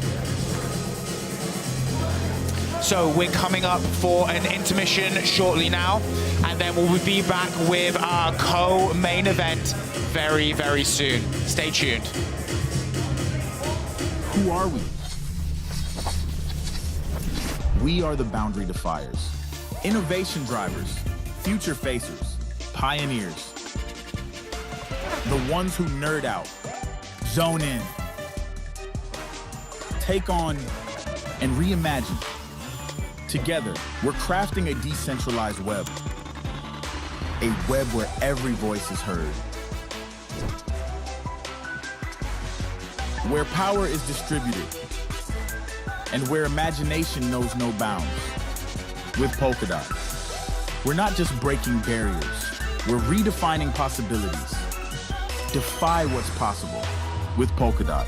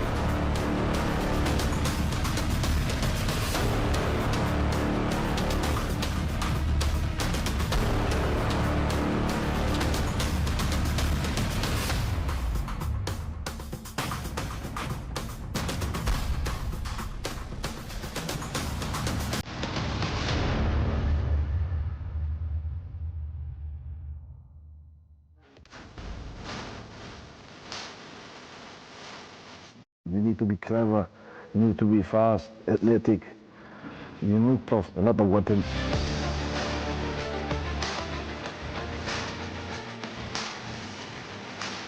Most opponents are going to struggle with the pressure that I bring, coming all the time, not stopping. For me, every fight is serious, and I respect every fight and every fighter. I want to be sure that I win, so I'll go for the finish.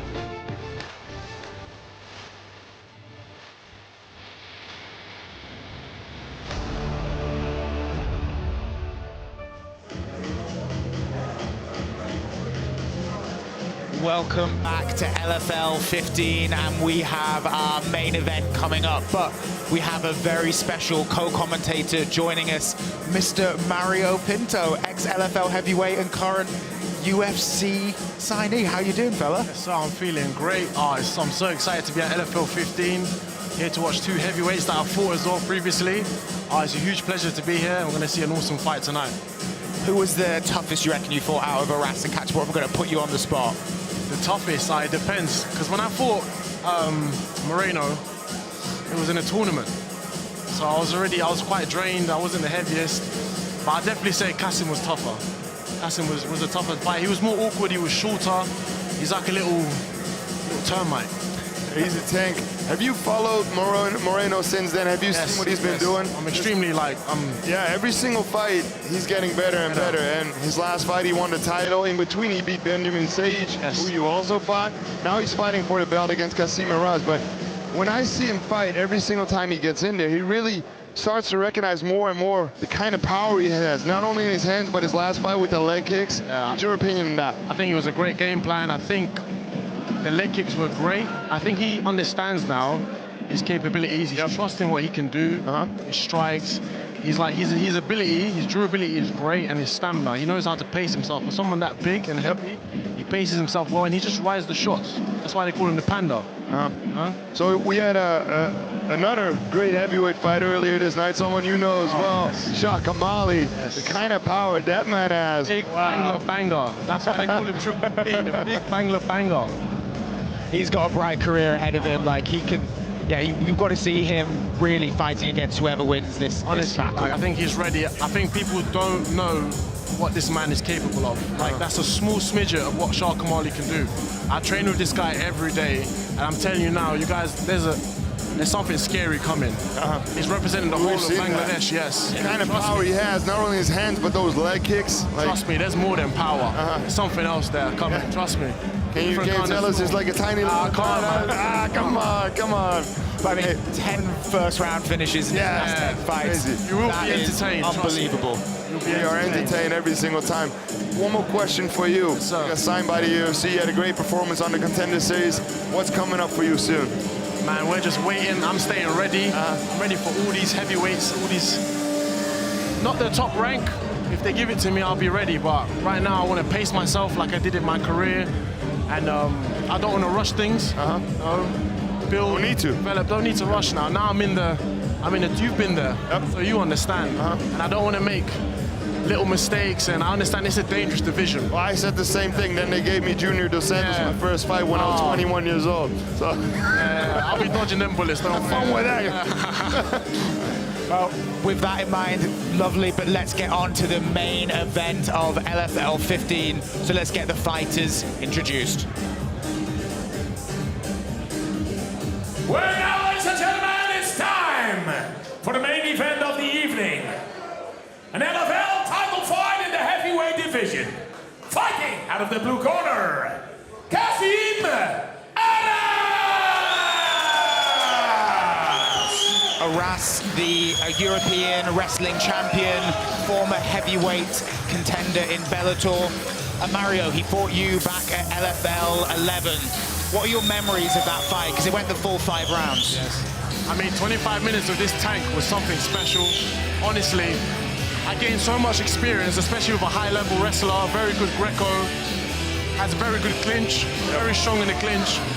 You need to watch out when he pins you on the wall, because he can coast there and start damaging, and just because he's wrestling, you're getting drained as well. You need to be careful of.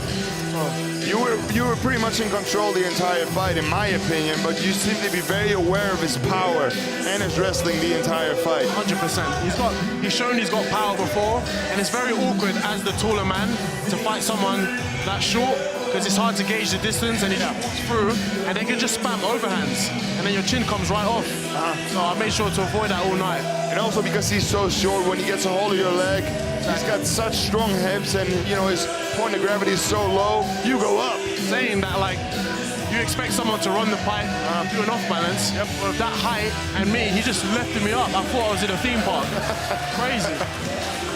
I'm not quite Alton Towers. Yeah, literally. Okay, let's meet his opponent. Well, and then his opponent fighting out of the red corner, Moreno, Kacapor!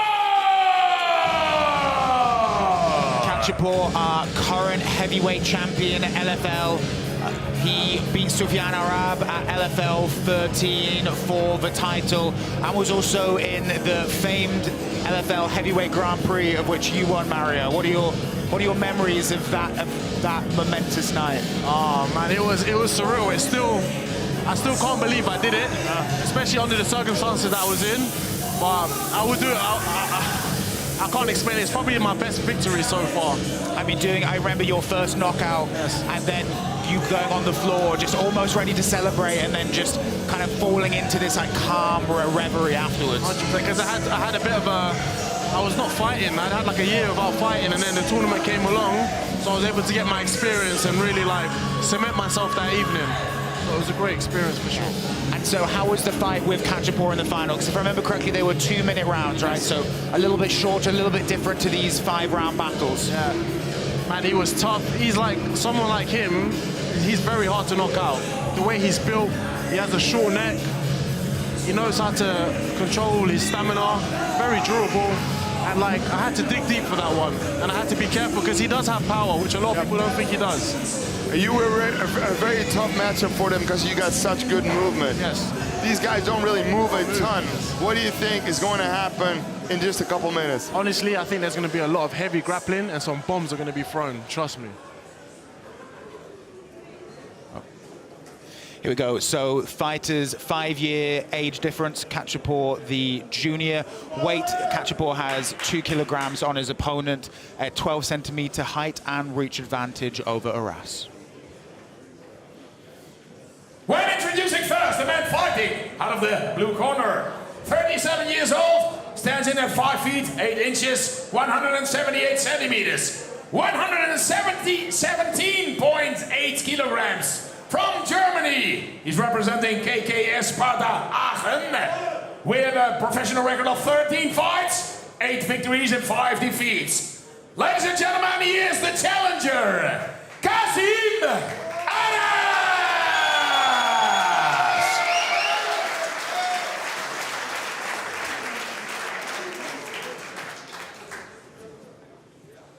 His opponent in the red corner, 32 years old, stands in at 6 feet 2 inches, 190 centimeters, 119.5 kilograms from Switzerland, and he's representing Fight Move Academy. He has a professional record of 11 fights, 9 victories, 2 defeats, and he is the reigning LFL champion in the heavyweight division. He is Kung Fu Panda Moreno Kacapor!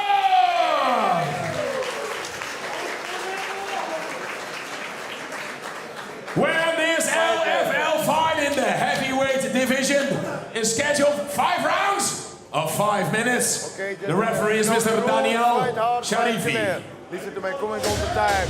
No questions. Touch gloves if you want. Step back, please. Here we go for the LFL heavyweight title, the main event of LFL 15. Fighters, let's go! Aras versus Kacapor. Bit awkward.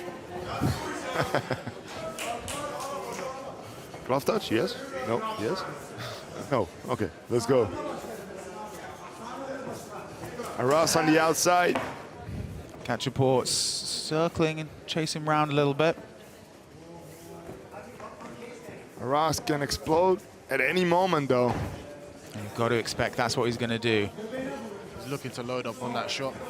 Yeah, 50% of his wins are by knockout.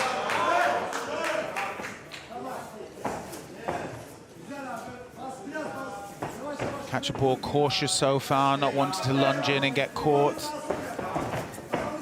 There, Aras comes forward. Front kick there by Kacapor. Oh, goes high with the left. Lovely and smooth action there. You always forget how smooth Kacapor is for a man his weight.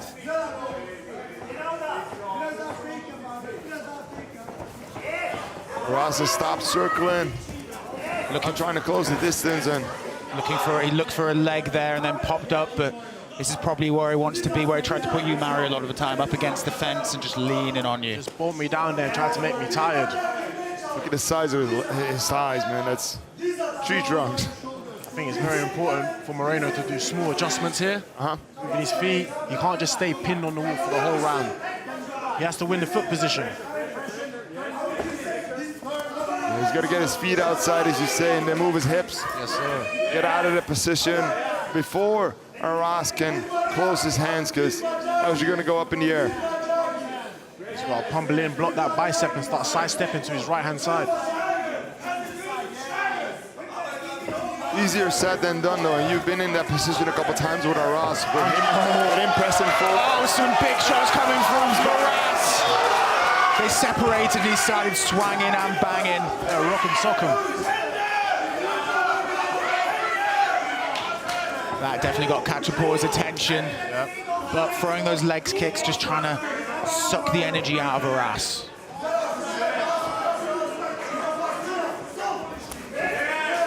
Mighty kick there. Kacapor. This is with the big, left and right hooks.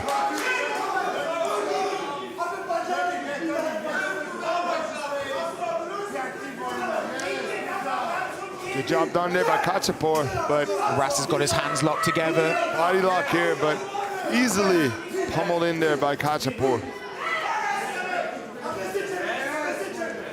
What's Aras looking here for, Mario? He's going to look to try to turn him. But I think he's struggling. That was a lot of power he was using, a lot of energy, exploding like that. And now he has to carry Moreno's weight. I wasn't as heavy, so that's another problem.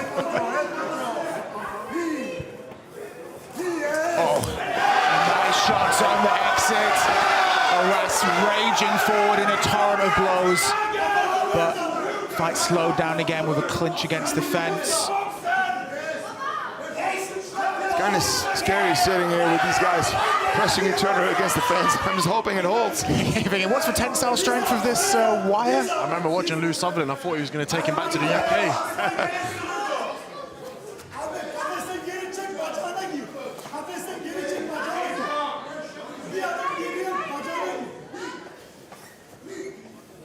As you just said, you gotta use your feet, step outside, and then get your hips outside and twist and turn. But it's so difficult when a big, strong man like Aras keeps pressuring you up against the fence. And it's the separation where it gets a bit haywire. Good job moving away there by Kacapor. Chipping away at those legs of Aras again. Half kicks are adding up. That last one looked like it hurt Aras a bit the way he tried to check and lift that front leg. And the thing is, you know, when you start with those calf kicks and leg kicks in the first round, you're really investing in the rest of the fight as well. Especially in a 5-rounder. If it lasts that long the way Aras is going, he doesn't want it to. Especially because Aras is exploding every single time. It takes a lot of energy. 10 seconds to go.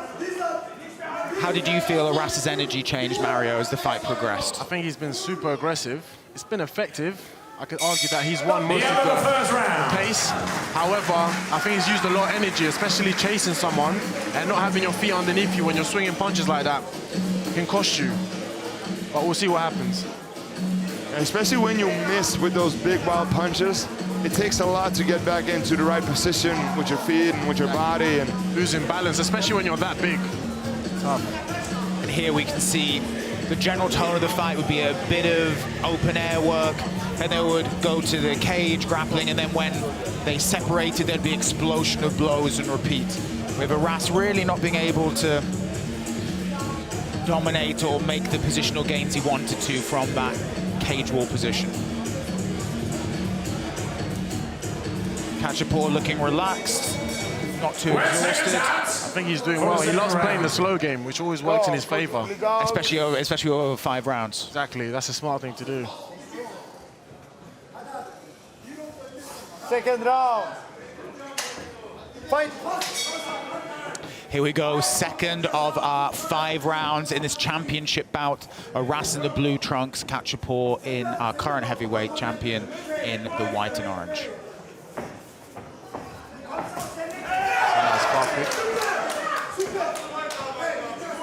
We'll see if Aras does that again when Kacapor goes for the leg kick to throw overhand right. Good teep there. I'd like to see Kasim level change more. Oh, some big shots. Got a lot of power, but I agree with you, Mario. I want to see him go for the legs more. Yeah. When he's here, don't just wrestle the upper body. Attack the legs, then go up. Yep. Is Aras making a mistake here, do you think? He goes in, seems to be landing shots and then clinches rather than trying to stay in that striking distance. I believe he's just trying to grab and pin. If he just did a bit more boxing, just nice jabs, 1, 2, to the head, to the body, feint and overhand and shoot.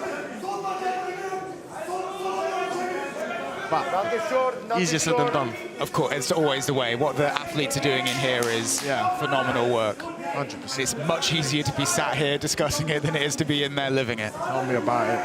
Been there, done that. Yeah, the pair of you have. Good job done there by Kacapor. Turn Aras around. Now he's pressuring him. Little foot stomp there for good measure. He's Greco in the Greco guy. Right, that was a good knee. Nice head up. Those knees to the thighs. Tried to go for the snap down. Yeah. Difficult when your opponent doesn't have a neck. Goes for both these guys.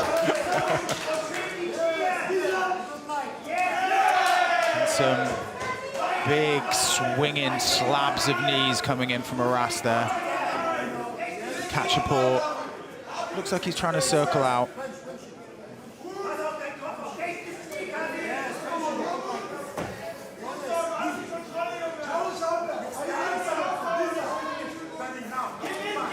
Nice knee from Kacapor. It seems like Aras does. No! Big left there. And some more. He's letting it go now. He smells a bit of blood. Aras throwing some bombs. He's hunting. He's hunting. Kacapor's got a great chin, though. Yeah, and he, with this little clinch, he's, oh, what an elbow. Oh, and he's bust him. He's bust Aras open. That is spurting blood like a fountain. It only takes one, especially to the cheekbone. It was a beautiful, like, almost uppercut cross elbow coming in. Great time. Good thing it's underneath the eye, though. It's not gonna affect Aras.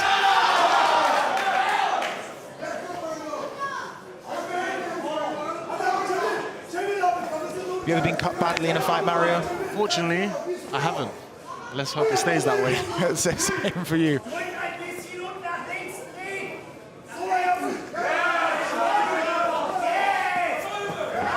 I've been there once or twice. I've seen some rather famous photos of you covered in blood, Stefan. I think the worst I've ever had is a nosebleed. Keep it like that, man. Yeah. Keep that face intact.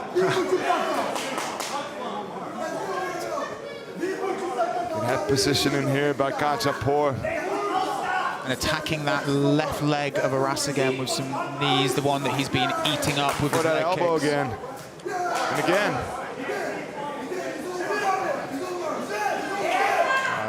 Good turn. Yeah, good job by Aras to get his shoulder in there. Kacapor trying for like a front headlock or a guillotine. Good luck with that. You need my arms to get around that neck. Oh, Aras has got his arms locked. It's a circle to his right. Oh, nice. Kacapor managed to stifle that threat. Because there's one man you don't want connecting his arms around your legs. It's probably Aras.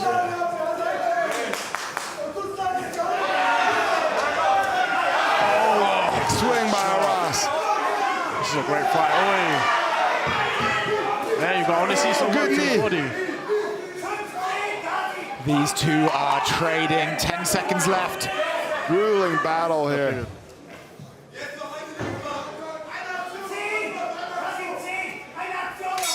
The end of the second round. A fantastic second round with both fighters having their moments. Mario, if you were in the judging table, where would you put that round? I scored that fight even, but I'm going to sway more to Moreno. He did control the cage a bit more, and he did that. The visible damage always plays in the judge's mind. That elbow coming up that I'm sure we'll see on the replay in a second. It might be here. Yep. There it is. There we go. That cut and the following blood can just tilt judges in the way of favoring you for the round, but Groab did throw some huge shots in there that looked like they had Moreno a little bit wobbled, a little bit on weak legs. Aras can consider himself lucky that cutting's not worse. It's a tiny cut, but for the third round. So they're getting. If it would have connected a little different, it would have been a huge gash.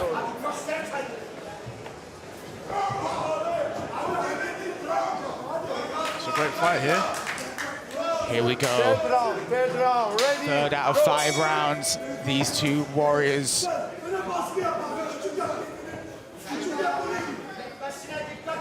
The heavyweight title on the line.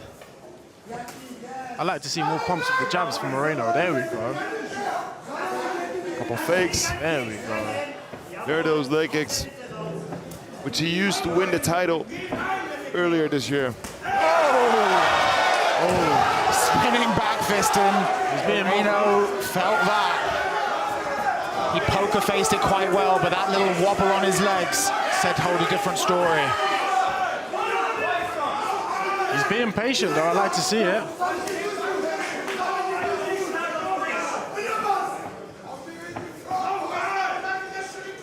I think now would be the time for Kasim to feint high and shoot low. He just loves throwing these overhands, though. Oh, that's his thing. Oh, just missed. And they're finding a home. But again, is he clinching too early?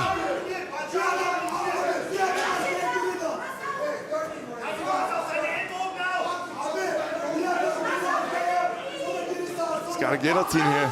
It's going to be really difficult to finish it, but not impossible. And Armin guillotine trying to spin him around. But Aras just flings him off like a rodeo bull.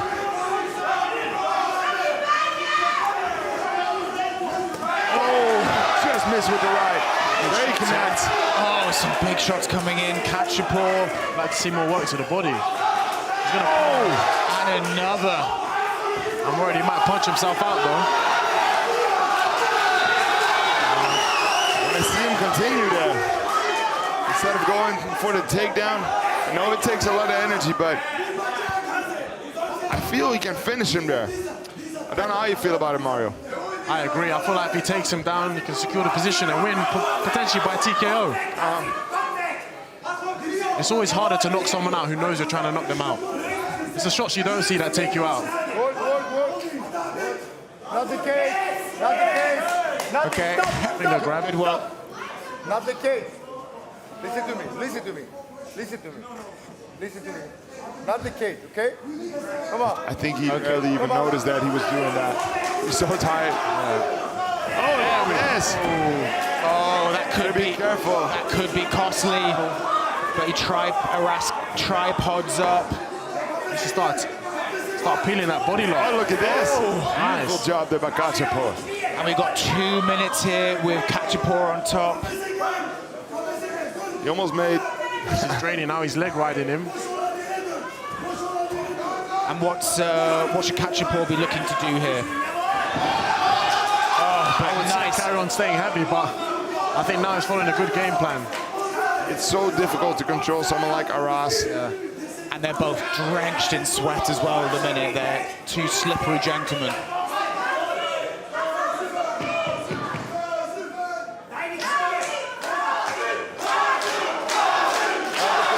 The crowd getting behind Kasim Aras a little here.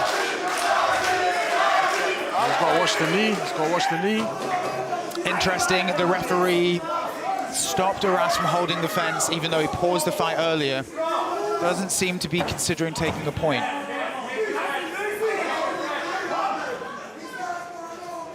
Now it's Kacapor again. Throwing some knees to the thighs of Aras again. These knees do add up a lot. They're painful, man. 100%. People underestimate those a lot. They're scoring damage. Especially when your legs are banged up from low kicks. And you hit the same spot with the knee. Oh, nice spinning back fist. Oh, and a right from there. Yep. Oh, Aras looking a little bit wobbly on his feet when they separate here.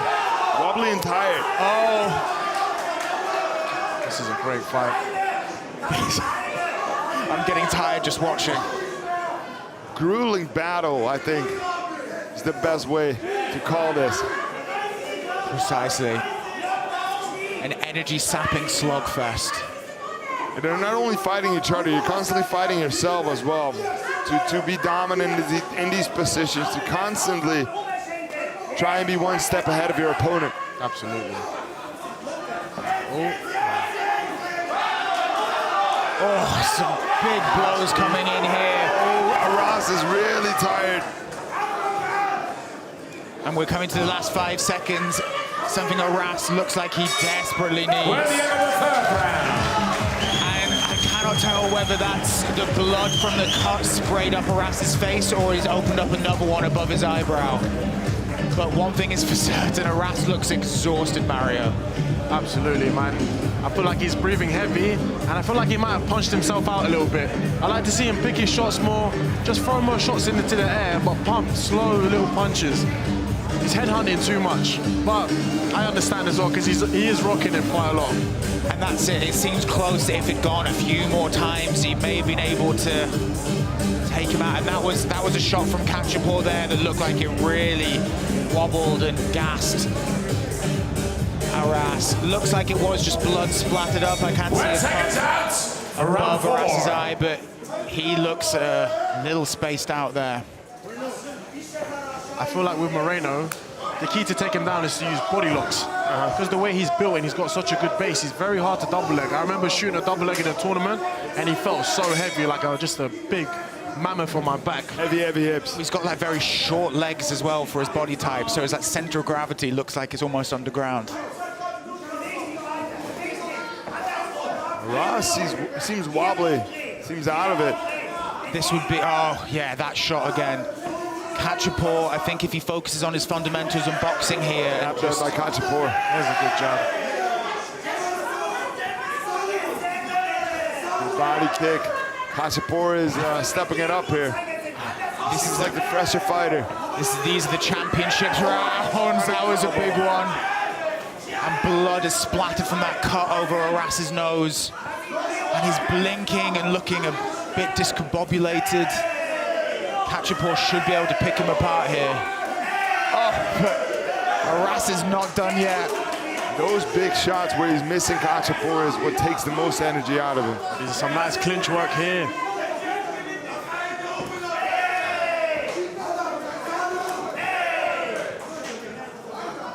His corner is trying to drag him through this. Yeah, every shot that Aras makes, there's a little cheer from his corner, but maybe... shot there. Oh. These two. Crazy. Engaging in an absolute slobber knocker. I can understand now. This is how Kasim rests. This is active rest for him. Pins you on the wall, gets his breath back, gets his bearings back. When you're built like him, it's a good tactic as well. 100%. I wish I could.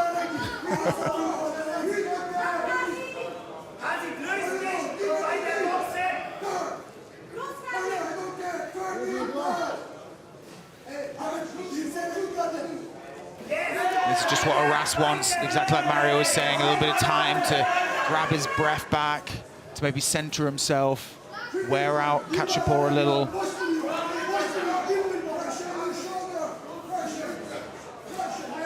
I'd like to see Kasim use the head position more, use his forehead, bow it up into Moreno. Just to disrupt his posture, don't let him lean and put his weight on your back. As those, what you say, is those small things, although it's not really a small thing, it's a really big thing. But definitely a lot of people don't use it enough because it's so important to do that, to be able to move into better positions. Absolutely. Create openings. We can see Moreno trying to do it now. Yep. That's a good reversal from Kacapor. It's difficult when you're the taller fighter, though. Exactly. I always struggle with that because I always have to bow down and you know, go up.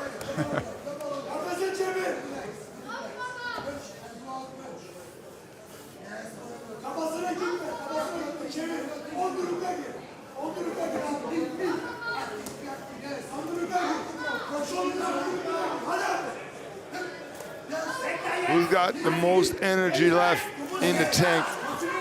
That's it. At the minute, both fighters seem a little bit exhausted.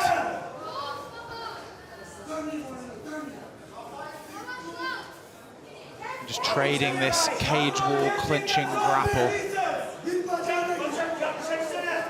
Action, guys, working. A referee calling. There's the single leg. But can Yes, got it. Good job done there, but Kacapor right back to his feet. A good takedown, but I can imagine that was a lot of energy used. Yeah, lifting someone the size of Kacapor. And there's that body lock you were speaking about, Mario.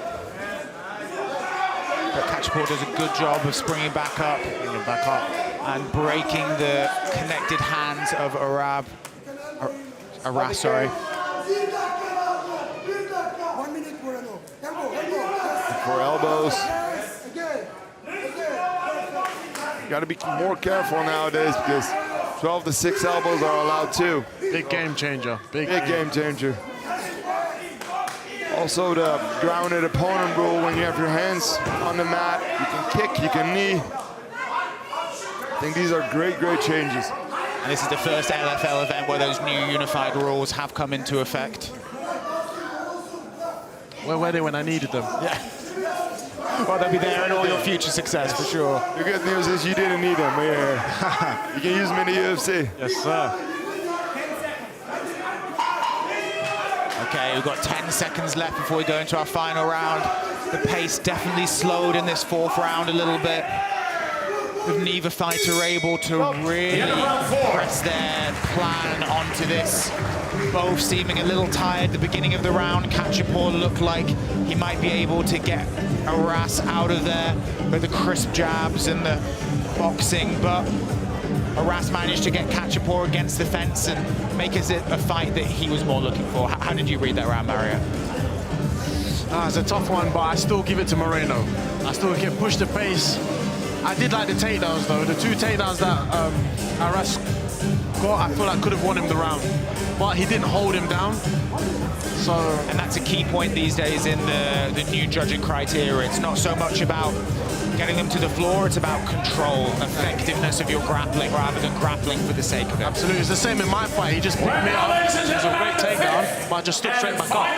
No control. And then that doesn't really count in the judge's mind, or it's not meant to count in the judge's mind. At the end of the day, judges are still people with their own foibles and issues.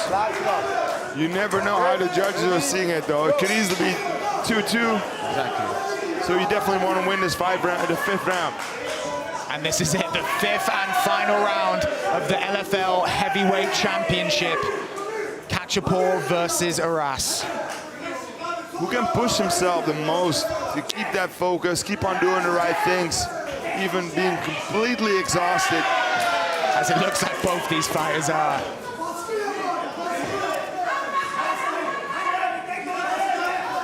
There's some nice oblique kicks. Yeah. I wonder where he learned them from. Good step in left there by Aras.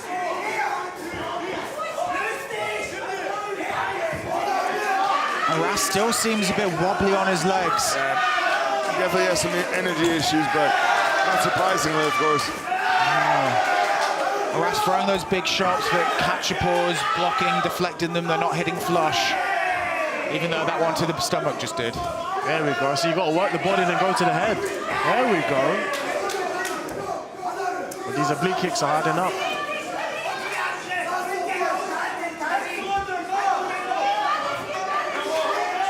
Oblique kicks are also a weapon that are easy to use when you're low on energy. Absolutely. They don't require a lot. Yep.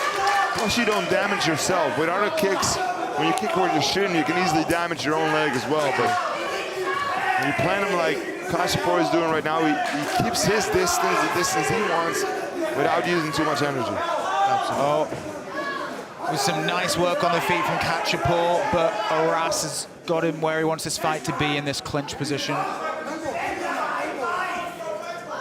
And how does Kacapor get out of this, Mario? He's got to circle to his right-hand side. He's got to win that foot position there. You see his right foot. He's got to start circling to the right and winning that hip battle. Gonna want to bring the head of Aras up as well, away from his right side, and then step outside and moves his hip that way. People don't understand sometimes that overhook works against you, it keeps you trapped. Instead, you want to block the bicep so you can circle to your right. Oh, nice job done there by Aras. It's so important when you're in this position that you control his wrist, grab his wrist, because when you have that, you control when you let go and land. When he has your hand, it's a struggle, and he feels that you want to let go and then land. Absolutely. Working guys on position. And second time the referees asked for action.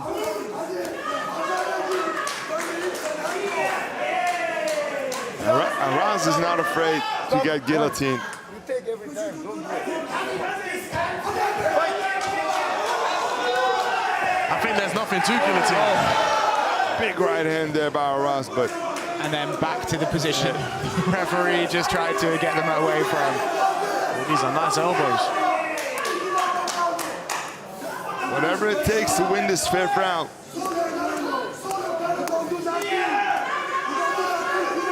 Even though Moreno's being pinned, he's doing activities. He's landing shots and doing damage.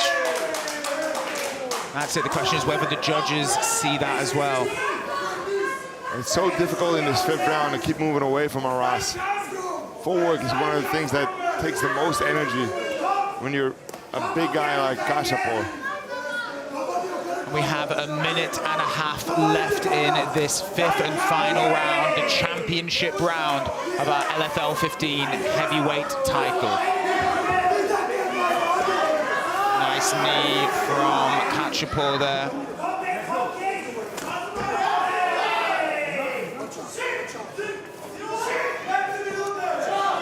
Kacapor looking like he's trying to get connected his hands, looking for a single leg or a high crotch maybe.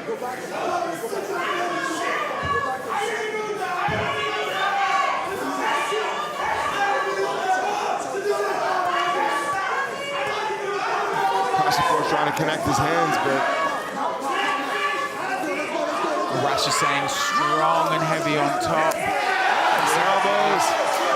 Gotta be careful with the back of the head though. But looks like Kacapor's got his hands connected and is, let it go. So I'm trying to give a tug on Aras and Aras's body does not move. That is a very squat, low center of gravity man.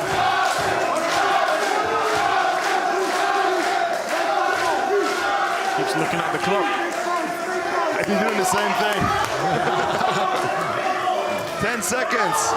Here we go. Is there any drama in this last few seconds?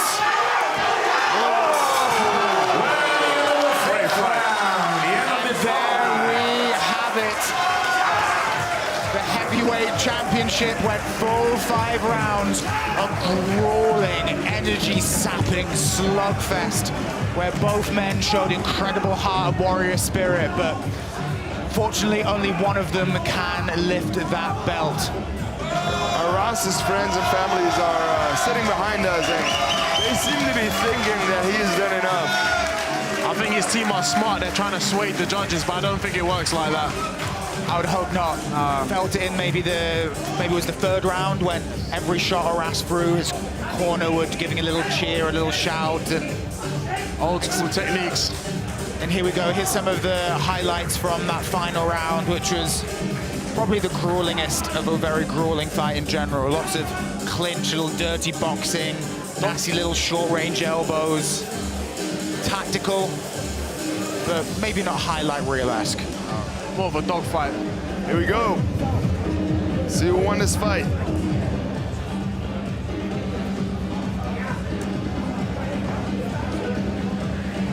Incredible fight there, Mario. Really, it's one of the many times where I'm glad I'm not involved in a fight like that. I wouldn't want to be there. Like, I remember fighting Kasim. I was just like, I do not want this guy to hit me. It was more like stick and move. Ali Frazier, I was like, I don't want none of that. Yeah, just circle around, keep your distance. Use your long, long limbs just to jab him away. Exactly. Death by 1,000 cuts. Chop, chop, chop, chop, chop. And here we go. We should be ready for the announcement now.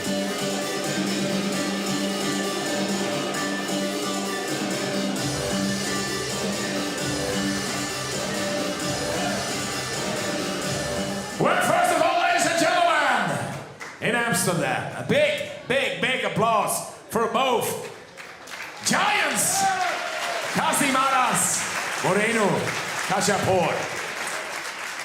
And after 5 rounds of 5 minutes, we have a winner. And the winner and new champion of the LFL, Kasim Aras.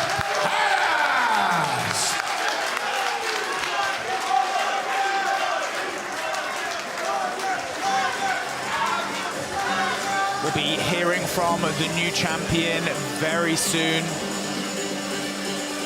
Stefan will track him down for a little bit of a reaction to that heavyweight win and becoming a new LFL champion.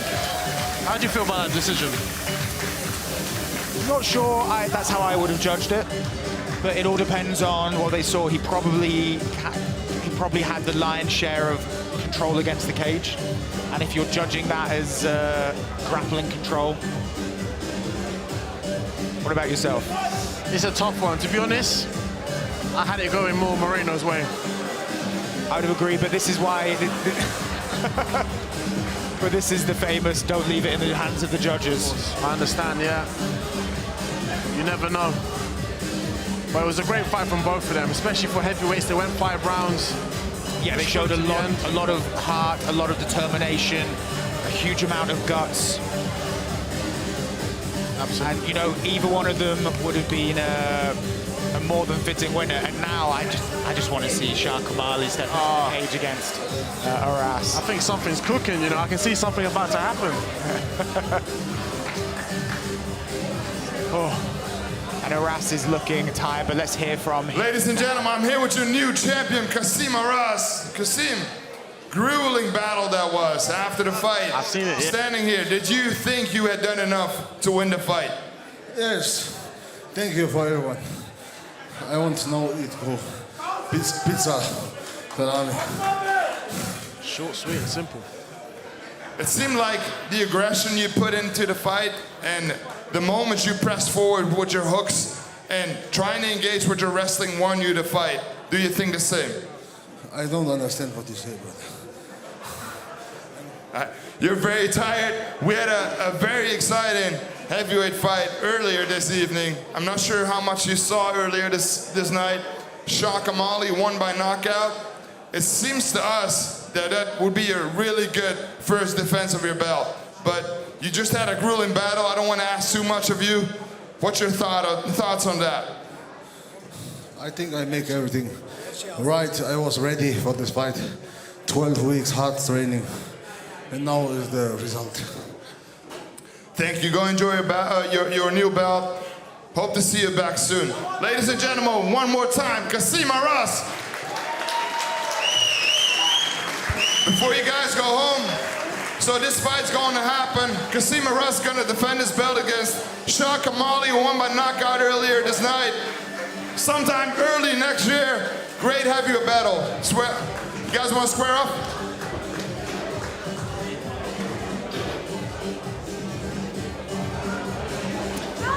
That is a fight that I cannot wait to watch. Thank you, everybody. Have a good evening. Exciting times for my boy, the banger. Or Triple B, as he said, going to be in the building. That's going to be an absolutely excellent fight. But what an event we've had tonight. LFL 15, another fantastic one in the books, Mario. How have you found your journey through LFL? Oh, I think it's been amazing, especially like MMA now in the Netherlands is growing, it's getting better, and it's going to be the next best thing, apart from K1. Yeah. And it's only LFL 15.